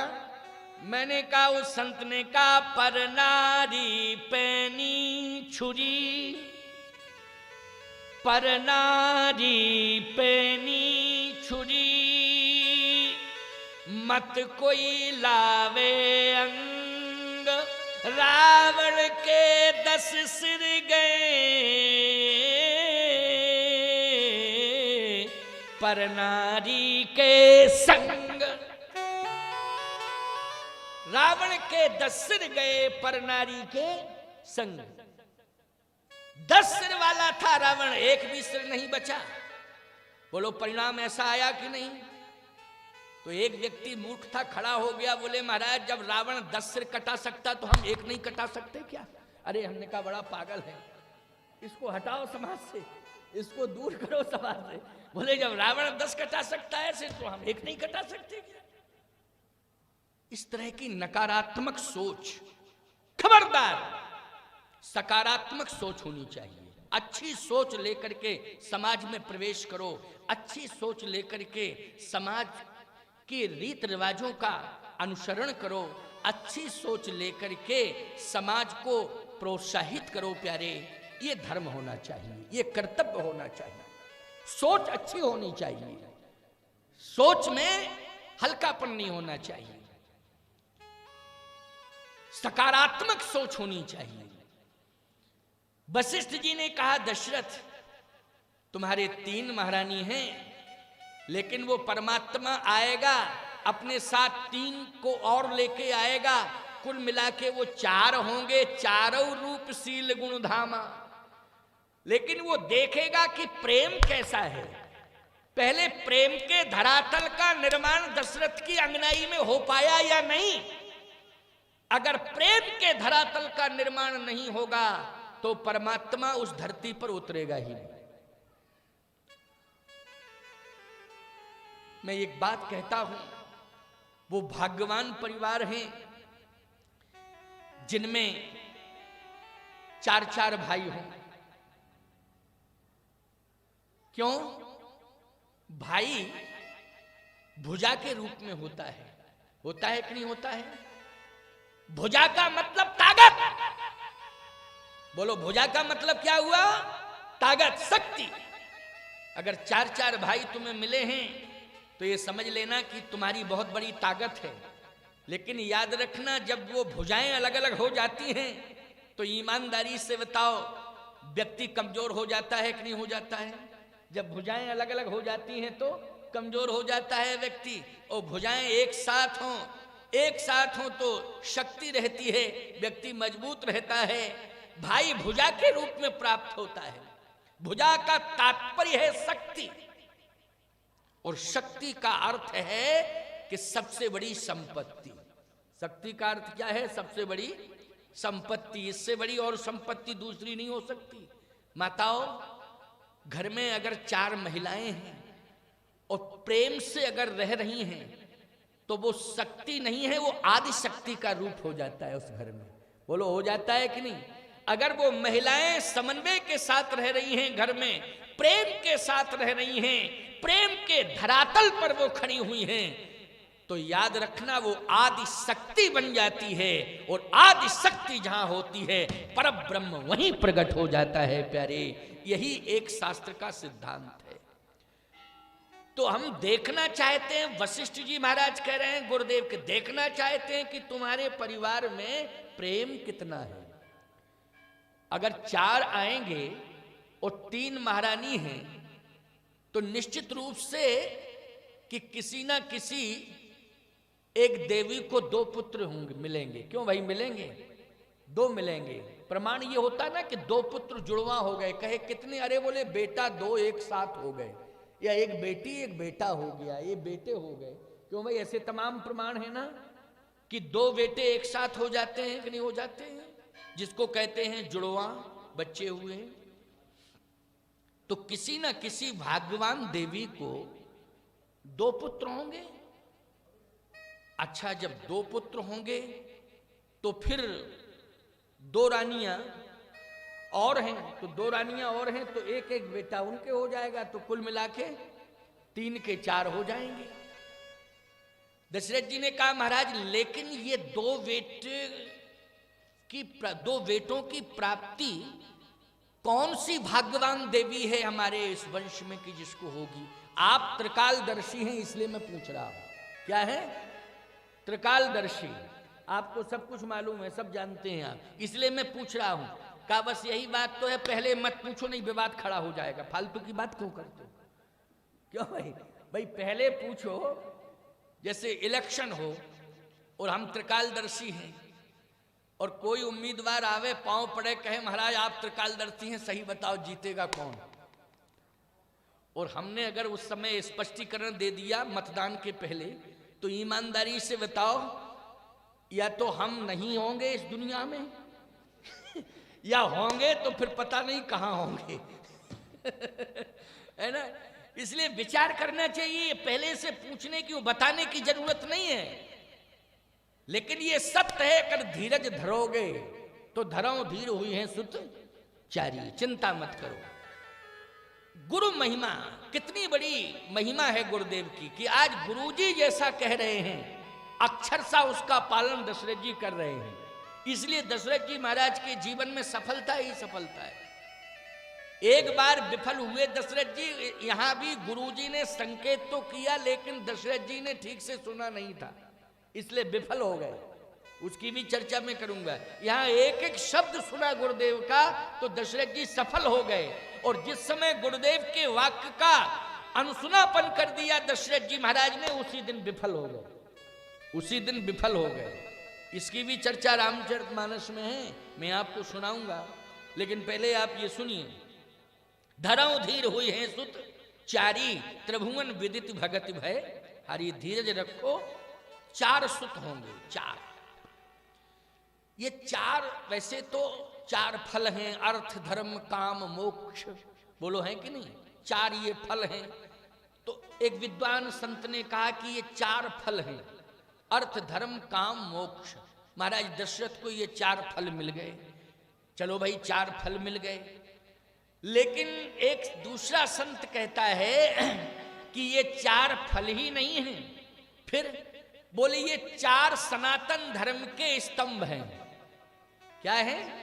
4 सनातन धर्म के स्तंभ हैं। अच्छा बोलो भैया, हमारा सनातन धर्म 4 पर ही तो टिका है। बोलो टिका है कि नहीं टिका है? आप कहो महाराज 4 पर टिका है। हाँ, ये बिल्कुल सत्य है। ये 4 स्तंभ हैं सनातन धर्म के। आप जानते हो भगवान राम स्वयं सत्य स्वरूप हैं। बोलो हैं कि नहीं सत्य स्वरूप? भरत जी महाराज क्या हैं? बोले विश्व भरण पोषण कर जोई, ताकर नाम भरत अस होई। राम जी कौन हैं? बोले जाके सुमरन तेरे पुनासा, नाम शत्रुघ्न वेद प्रकाशा। अच्छा भाई, तो शत्रुघ्न जी क्या हैं? बोले शत्रुघ्न जी महाराज तो हैं जाके सुमरन तेरे पुनासा, नाम शत्रुघ्न वेद प्रकाशा। तो लक्ष्मण जी क्या हैं? लक्षण धाम राम प्रिय, सकल जगत आधार। सकल जगत आधार। आनंद की जरूरत है संसार वालों को, बोलो है कि नहीं? और कौन से आनंद की जरूरत है? वो आनंद जो आनंद सिंधु सुख राशि,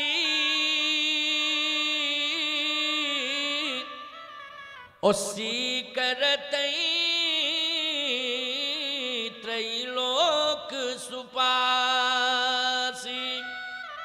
उस आनंद की जरूरत है प्यारे, जो शाश्वत आनंद है। जैसे संसार के द्वारा जो आपको प्राप्त हो रहा है वो भौतिकता से संबंधित है। बोलो है भौतिकता से संबंधित। जैसे आपको गर्मी लगी, तुरंत जो है कूलर मिल गया, ये शाश्वत आनंद नहीं है, ना ये शाश्वत सुख है। बोलो है क्या? ये कृत्रिम है। ये क्या है? कृत्रिम है। एक बात और बताएं आपको भूख लगी, अब आपने कहा कि स्वादिष्ट भोजन मिल जाए तो आनंद आ जाए। बोले स्वादिष्ट भोजन क्या है? अरे अनेक प्रकार के पकवान, अनेक प्रकार के मिष्ठान, ये सब मिल जाए तो क्या होगा? बोले आनंद आ जाएगा, आनंद आएगा।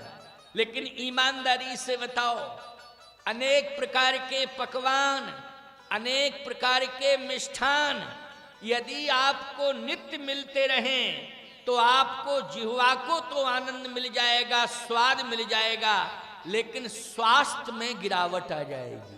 बोलो आएगी कि नहीं आएगी? स्वास्थ्य को वो शक्ति नहीं प्रदान कर सकते हैं अनेक प्रकार के पकवान, अनेक प्रकार के मिष्ठान, वो शक्ति को छीन करेंगे। लेकिन सत्य तो ये है प्यारे, अगर आपके सामने व्यंजन नहीं, आपके सामने तो भगवान का प्रसाद आ जाए जिसमें तुलसी दल पड़ा हो, और तुलसी दल का प्रभाव उस भोजन में पड़ जावे, और उस भोजन को बनाने वाला प्रेम से भोजन को बनावे, और प्रेम से जब भोजन को बनाया जाए और प्रेम प्रसाद परमात्मा के सामने पहुंचे और तुलसी दल उसमें पड़ जाए, और जब वो ग्रहण करने को मिल जाए, तो मैं सत्य कहता हूं प्यारे, परमात्मा के प्रसाद से प्रसादस्तु प्रसन्नता, और प्रसन्नता ही परमात्मा की प्राप्ति का लक्षण है। इसलिए प्रसाद मिले, भोजन नहीं। क्या मिले? प्रसाद। प्रसाद कब होगा? जब भगवान के सामने पहुंच जाए, तुलसी दल पड़ जाए और भगवान को समर्पित कर दिया जाए। लेकिन प्रसाद की मात्रा होती है, समझ गए हो कि नहीं?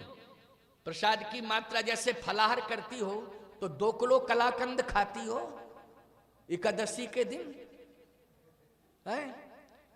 रबड़ी 1 किलो। क्या फायदा हुआ ऐसे व्रत से? क्यों भाई, ऐसे व्रत से क्या फायदा हुआ? खर्चा बढ़ा और बीमारी बढ़ी। दोनों बढ़े। बोलो बढ़े कि नहीं बढ़े? खर्चा बढ़ा, बीमारी बढ़ी? नहीं नहीं। फलाहार का मतलब क्या होता है? आधार है? आधार युक्त आहार। और आधार युक्त आहार मानी होता है प्रसाद के रूप में जो भी एकादशी के दिन फलाहार मिल जाए बस उसको ग्रहण कर लो। और प्रसाद बर्तन में नहीं लिया जाता, हाथ में। क्यों भैया? प्रसाद बर्तन में लिया जाता है? अभी प्रसाद बट रहा है तो थालियां लेके आओ, लो दो। हाथ से प्रसाद लिया जाता, हाथ में जितना प्रसाद आ जाए। व्रत के दिन फलाहार का प्रसाद हाथ में जितना आ जाए बस उसी को आधार मान के ग्रहण कर लो। अब हाथ में कितना आएगा? 2 किलो। क्यों भैया? हाथ में मात्रा सुनिश्चित होगी कि नहीं होगी? बोलो। और प्रसाद किस में लिया जाता है? जल्दी बोलो। हाथ में लिया जाता है, उतना ही ग्रहण कर लो। भरत जी ने तो 14 साल तक हाथ में जितना आ गया आहार उतना ही ग्रहण किया। यति चक्र धर्म सम्राट पूज्यपाद स्वामी कृपात्री जी महाराज थे, उनका नाम था स्वामी श्री हरिहरानंद सरस्वती जी। लेकिन उनका नाम हरिहरानंद सरस्वती जी कोई नहीं जानता है। सभी धर्म सम्राट कृपात्री जी, कृपात्री जी, कृपात्री जी, कृपात्री जी। बोलो भाई। तो कृपात्री जी का मतलब क्या है? उन्होंने कर को, हाथ को ही पात्र माना था और जितना एक बार हाथ में आ जाता था उतना ही वो ग्रहण कर लेते थे।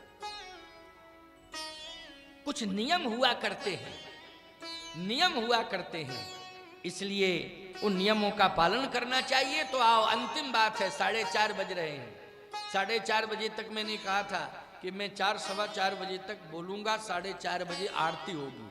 अभी 4:30 ही बज रहे हैं, बल्कि 25 हुए हैं, 4:25, 5 मिनट कम है। एक भाव कह करके वाणी को विश्रामित करूंगा, फिर आरती कराऊंगा। मैं तो समय से ही तैयार था, मैं विलंब से तैयार नहीं हुआ, समय से ही मैं तैयार था।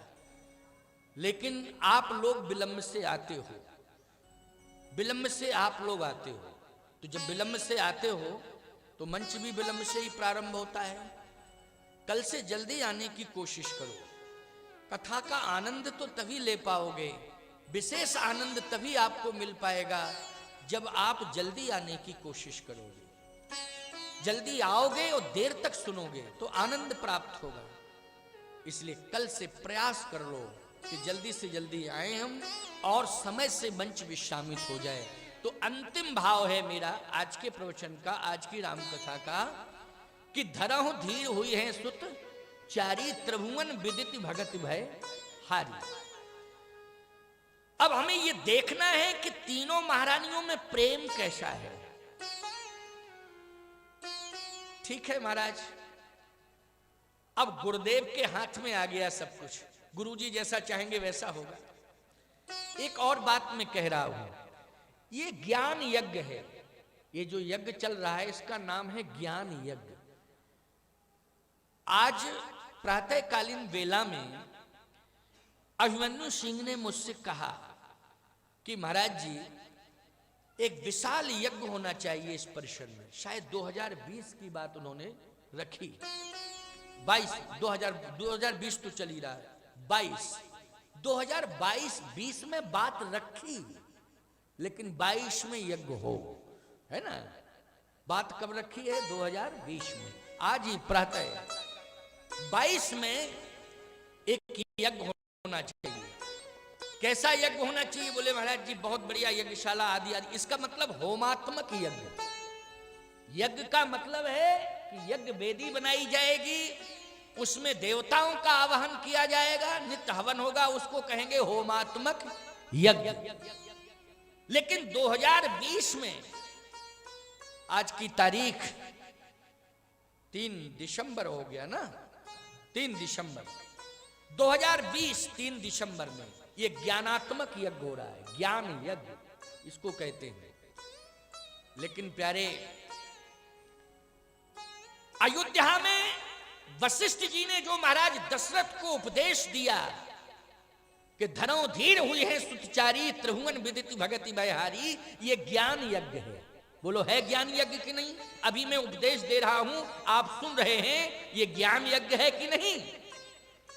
लेकिन जब ज्ञान यज्ञ हो गया उपदेश के माध्यम से, तब वशिष्ठ जी ने कहा कि अब एक पुत्रेष्टि यज्ञ होगा, होमात्मक यज्ञ भी होगा।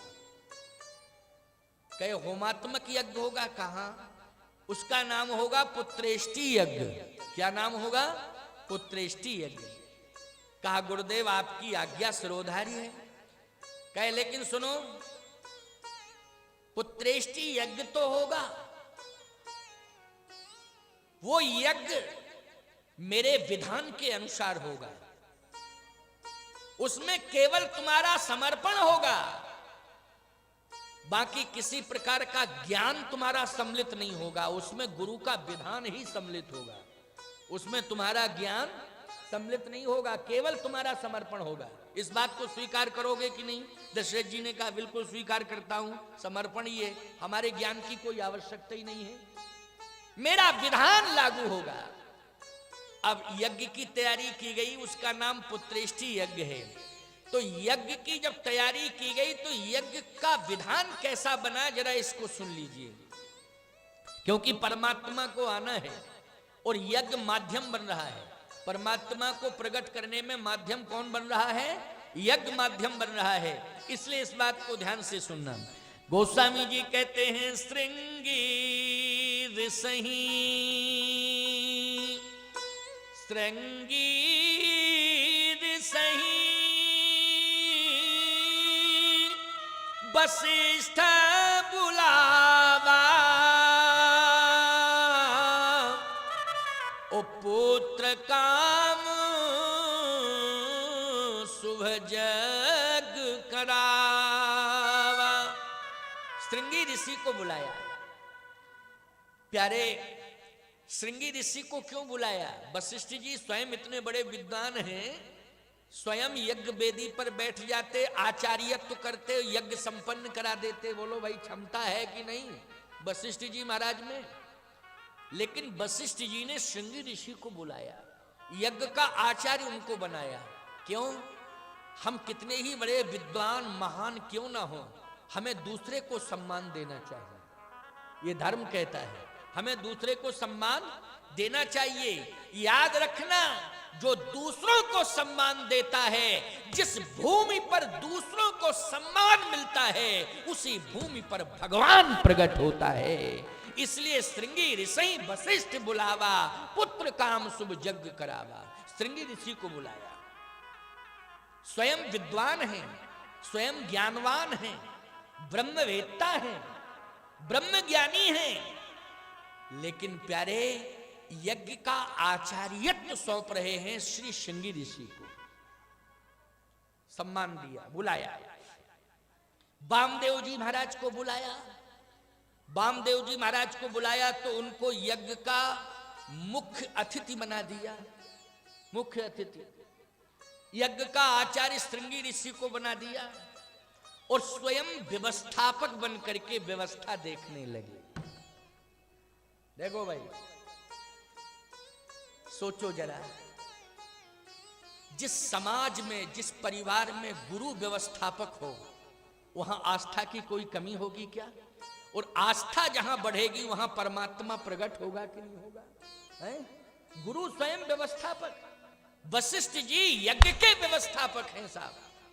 व्यवस्था स्वयं देख रहे हैं, व्यवस्था बना रहे हैं, बुला बुला के ऋषियों को सम्मान दे रहे हैं। आप यहां विराजें, आप यहां विराजें, आप यहां विराजें।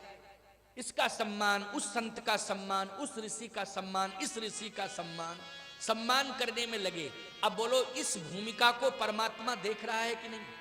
देख रहा है कि नहीं कि सम्मान ही सम्मान दिया जा रहा है, सम्मान ही सम्मान दिया जा रहा है।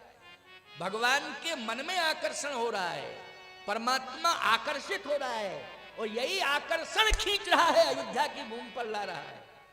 इसलिए मैं कहता हूं, दूसरों का सम्मान करना सीखो। क्या करना सीखो? सम्मान करना सीखो। कुछ भी हो जाओ, लेकिन दूसरों का सम्मान करना सीखो। सम्मान से ही भगवान प्रसन्न होता है।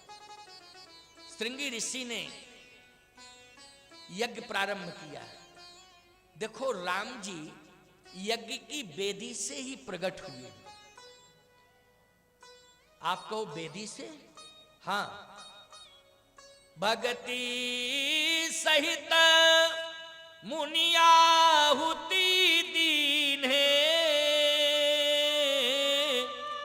तो प्रगटे अग्न चरु कर लीन है। तो भाई प्रगटे अग्नि चरु, अग्निदेव चरु मानी हविष्यान लेकर के प्रकट हुए। वो हविष्यान ही परमात्मा का स्वरूप है। बोलो, उसी खीर को खाया गया, प्रसाद के रूप में बांटा गया, तो परमात्मा तत्व उसमें विद्यमान है कि नहीं? तभी तो परमात्मा हुआ उस खीर को खाने से। और आपको यह मालूम होना चाहिए, वो खीर ही थी जो प्रसाद लेकर के प्रकट हुए हैं अग्निदेव, वो वास्तव में खीर ही थी। क्या थी? खीर थी। मालपुआ लेके क्यों नहीं हुए प्रकट? भाई मालपुआ भी तो प्रसाद होता है। आजकल भंडारे होते हैं, मालपुआ तस्मई का भंडारा हो रहा है। भिंड जिले में तो साहब महाराज जी 60 मन के मालपुआ छने। हम कहे अच्छा, कहे 60 मन के मालपुआ छने, 100 मन के मालपुआ छने, 200 मन के मालपुआ छने। अच्छा, मालपुआ भी बड़ा अच्छा प्रसाद होता है।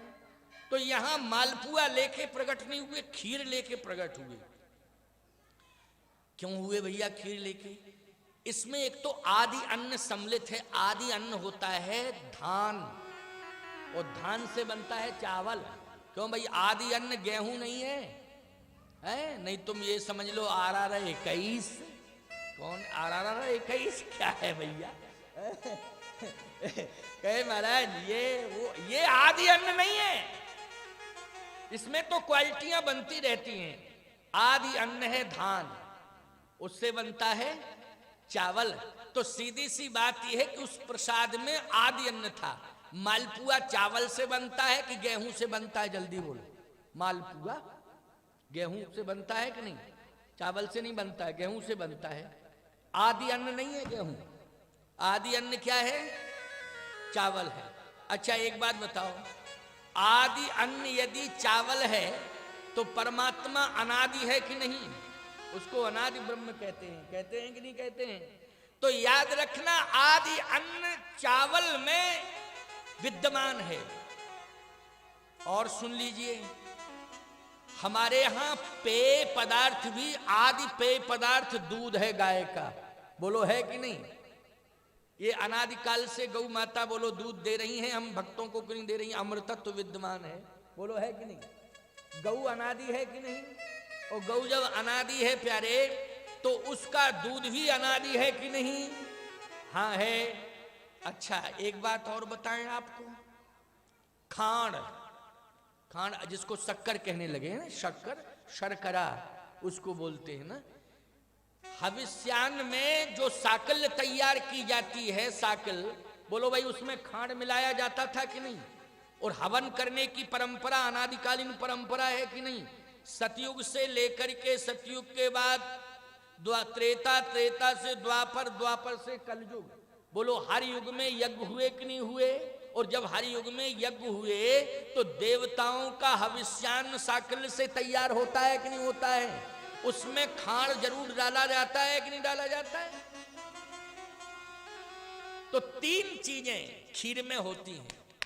चावल होता है खीर में, दूध होता है खीर में, और शर्करा मानी शक्कर, खांड, ये खीर में होती है। तो 3 तत्व, बिना 3 तत्व के खीर बन सकती है? बोलो। हम कहते हैं कि आप कहो महाराज जिद करके हम शक्कर नहीं डालेंगे, हम तो दूध डालेंगे और चावल केवल। तो दूध और चावल डालोगे लेकिन स्वाद नहीं आएगा उसमें। आएगा स्वाद की? नहीं आएगा बिना शक्कर के। अरे डायबिटीज वाले लोग हैं, शुगर फ्री डाल लेते हैं, वो भी डालते हैं कि मीठा मीठा थोड़ा हो जाए महाराज, इसलिए शुगर फ्री थोड़ा डल जाए ठीक रहेगा, तो वो भी शुगर फ्री डालते हैं। शर्करा, मिठास है इसमें, स्वाद बनता है, खीर बड़ी स्वादिष्ट हो जाती है। तो प्रगटे अग्नि चरु कर लीने, अग्निदेव प्रकट हुए, हाथ में खीर लिए थे। खीर लेकर के जैसे प्रकट हुए तो उसी समय अग्निदेव ने घोषणा की, हे राजा दशरथ सुनो, जो वशिष्ठ कछु हृदय विचारा, ओ सकल काज भासिद्ध तुम्हारा, यह हबि बांट देहु नृप जाई, और जथा जोग जहि भाग बनाई। जाओ ये तीनों रानियों में यथा योग बांट दो। ये प्रसाद है। प्रसाद जैसे ही आगे बढ़ा, हाथ बढ़े तो देखा वो खीर थी साहब, खीर। दशरथ जी बोले महाराज ये तो खीर है। कहे हाँ खीर है, इसको बांट दो। कहे ये खीर ही प्रसाद, इसी से परमात्मा प्राप्त होगा। दशरथ जी ने कहा महाराज खीर से ही क्यों होगा परमात्मा प्राप्त? हलवा से नहीं हो सकता, मालपुआ से नहीं हो सकता, ये खीर से ही क्यों होगा? कचौड़ी पकौड़ी से नहीं होगा क्या? ये खीर से ही क्यों होगा? क्यों भाई?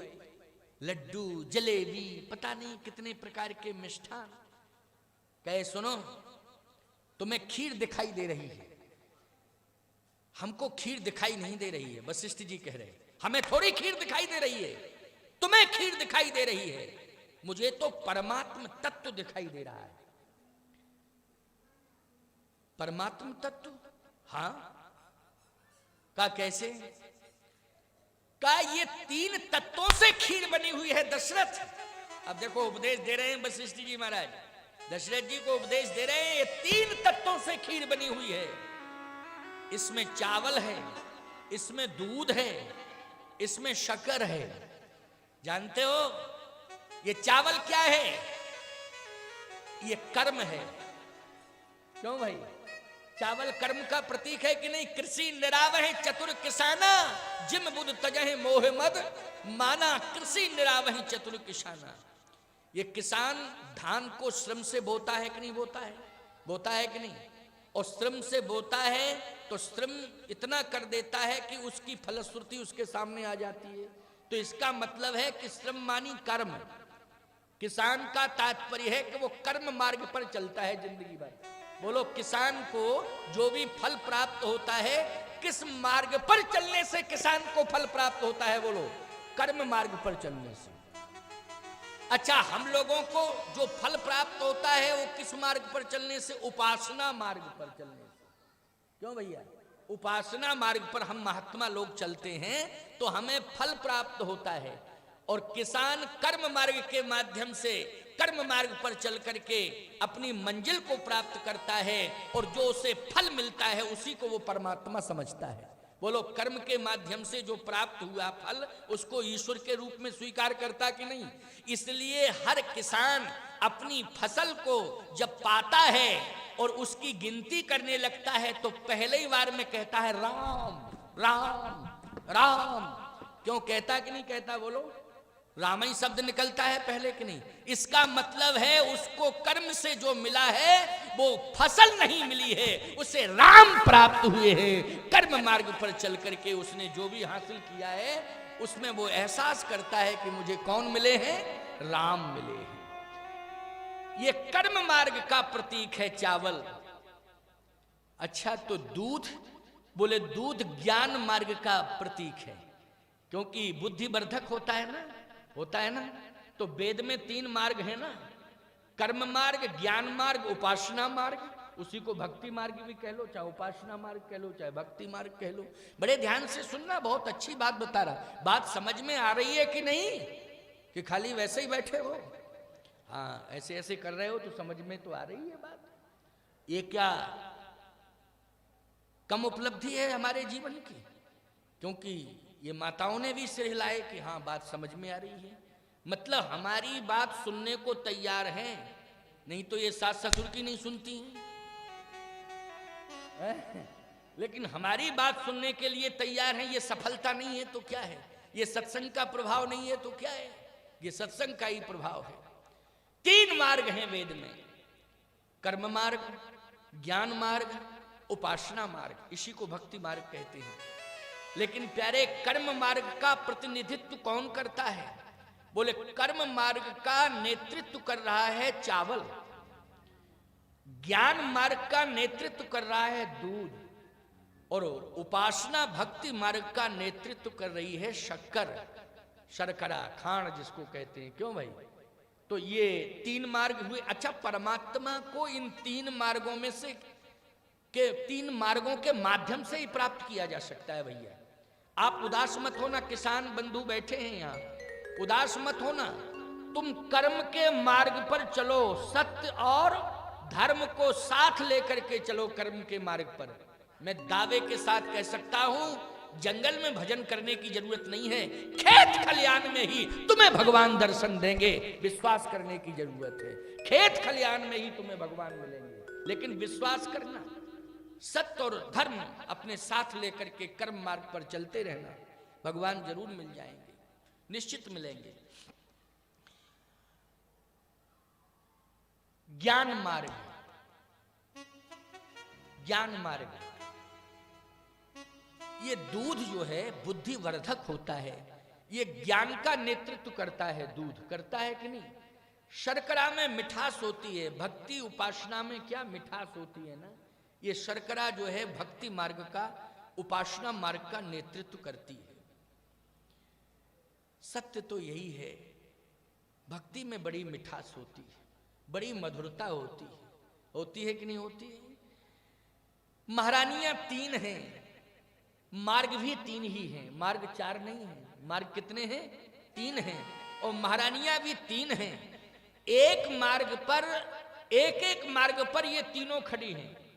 कौशल्या जी भी एक मार्ग पर खड़ी, कैकेयी जी भी एक मार्ग पर खड़ी हैं, और सुमित्रा जी भी एक मार्ग पर। मतलब एक मार्ग पर 3 मार्ग हैं, तो एक मार्ग पर कौशल्या, दूसरे मार्ग पर सुमित्रा, और तीसरे मार्ग पर कैकेयी। कौशल्या जी किस मार्ग पर खड़ी हैं? कौशल्या जी खड़ी हैं ज्ञान मार्ग पर। कैकेयी जी किस मार्ग पर खड़ी हैं? कर्म मार्ग पर कैकेयी जी खड़ी हैं। और सुमित्रा जी, सुमित्रो उपासनात्मिका, सुमित्रा जी उपासना मार्ग पर खड़ी हैं। समझ गए हो ना? अब परमात्मा अपने साथ में 3 सहयोगी लाता है। कौन कौन? बोले भरत, लक्ष्मण और शत्रुघ्न। लेकिन उपासना मार्ग पर जो सुमित्रा खड़ी है, उससे 2 की प्राप्ति होती है। ज्ञान मार्ग और कर्म मार्ग पर जो देवियां खड़ी हैं, उनको एक पुत्र रत्न की प्राप्ति होती है। लेकिन उपासना मार्ग पर सुमित्रा जी खड़ी हैं, उन्हें 2 पुत्र रत्न की प्राप्ति होती है। इसका मतलब है कि सुमित्रा जी में कोई विशेषता होगी, तभी तो इनको 2 पुत्र मिल गए। कौशल्या जी से भी ज्यादा, कैकेयी जी से भी ज्यादा विशेषता लिए खड़ी हैं सुमित्रा जी, तभी इन्हें 2 पुत्रों की प्राप्ति हो गई। विशेषताएं होंगी उनके जीवन में, लेकिन क्या विशेषताएं हैं, किस तरह की विशेषताएं हैं, उन विशेषताओं का वर्णन समय के अभाव में आज नहीं हो सकता है, कल की कथा में करूंगा। लेकिन भगवान आ रहे हैं, और निश्चित रूप से एक मार्ग का चयन जो किया गया, भक्ति, ज्ञान, कर्म और उपासना, ये 3 मार्ग हैं। इन तीनों मार्गों के माध्यम से 4 पुत्रों की प्राप्ति तीनों माताओं को हुई। लेकिन उपासना मार्ग पर खड़ी हैं सुमित्रा, इन्हें 2 पुत्रों की प्राप्ति होती है। इसका कारण क्या है, इसकी चर्चा कल करेंगे। आज इतना ही। 4:45 बज गए हैं, 4:45 बज गए हैं, अधिक समय हो गया, लेकिन आज इतना ही। कल शेष चर्चा होगी। 5 दिन शेष रह गए हैं, इसलिए 5 दिन शेष रह गए हैं, तो 5 दिन आप आएं, अपने साथियों को लाएं, प्रेमियों को लाएं, अधिक से अधिक संख्या में आएं और कथा श्रवण करें। आओ 2 बार भगवान का नाम ले लो। श्री राम जय राम, जय जय राम। श्री राम जय राम, जय जय राम। श्री राम जय राम, जय जय राम। श्री राम जय राम, जय जय राम। कौशल्या के प्यारे राम, कौशल्या के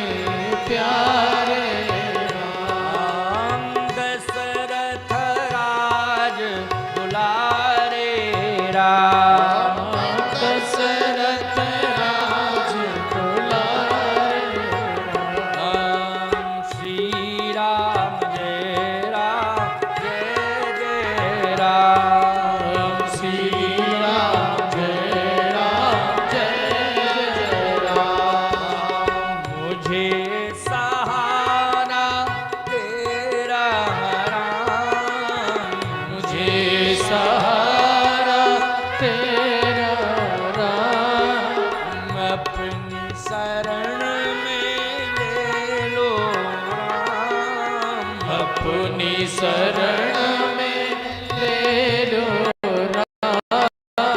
श्री राम जय राम जय जय राम। श्री राम जय जय राम। श्री राम जय जय राम। श्री राम जय जय राम। बोलिए सच्चिदानंद भगवान की जय। सीतानाथ भगवान की जय। श्री कामदानाथ भगवान की जय। श्री हरिशंकरी माता की जय श्री गंगा माता की जय। श्री दुर्गा माता की गौ माता की जय। भारत माता की जय। जय जय सीताराम हर हर महादेव। जय। आरती आरती सभी लोग लेंगे, बिना आरती के कोई नहीं जाएगा। आरती होगी, आरती लेकर के आरती को प्रणाम करके सब जाएगा।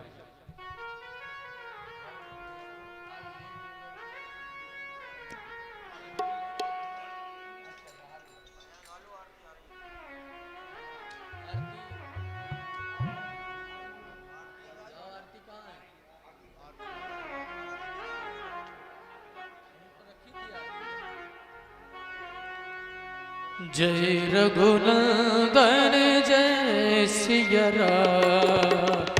जय रघुनंदन जय सिया राम। जय रघुनंदन जय सिया राम। जय रघुनंदन जय सिया राम।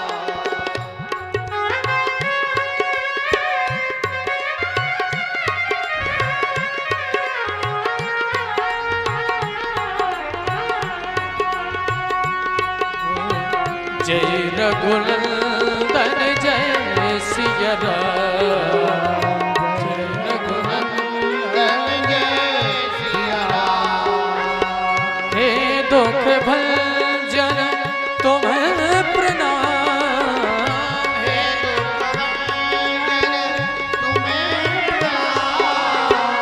हे दुख भंजन तुम्हें प्रणाम। हे दुख भंजन तुम्हें प्रणाम। जय रघुनंदन जय सिया राम। जय रघुनंदन जय सिया राम।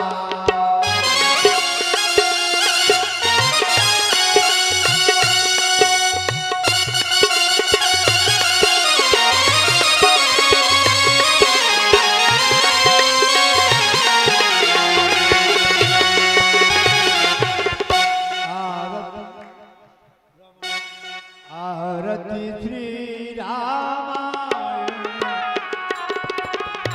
आरती श्री रामायण जी की। आरती श्री रामायण जी की। आरती श्री रामायण जी की। कीरत कलत ललत सियती की।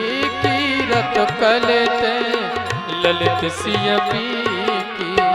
गावत ब्रह्मा दिक मुन नारदो। गावत ब्रह्मा दिक मुनि नारद। वाल्मीको दे ज्ञान विशारद। वाल्मीकि बे ज्ञान विशारद। सुख सनकाद से देवर तारद। सुख सनकाद से अनुसारद। परम पवन सुख तीरथ नी। आरती श्री रामायण जी की।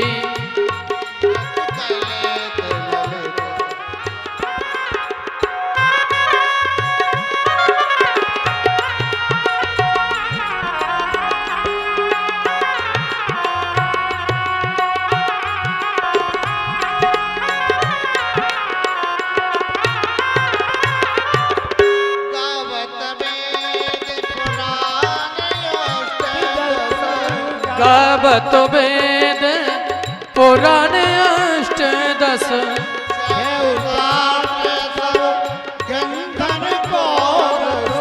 छो शास्त्र ग्रंथन को रस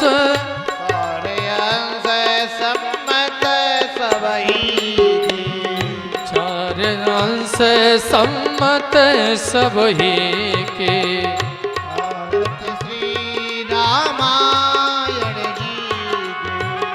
आरती श्री रामायण जी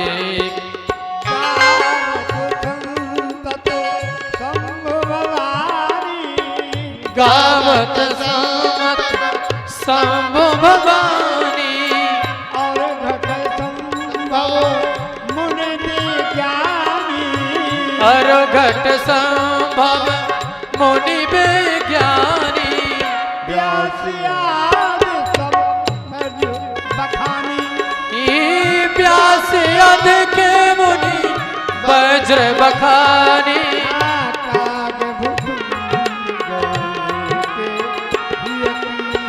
कागे मुसुंड गरुड़ के ही की आरती श्री रामायण की आरती श्री राम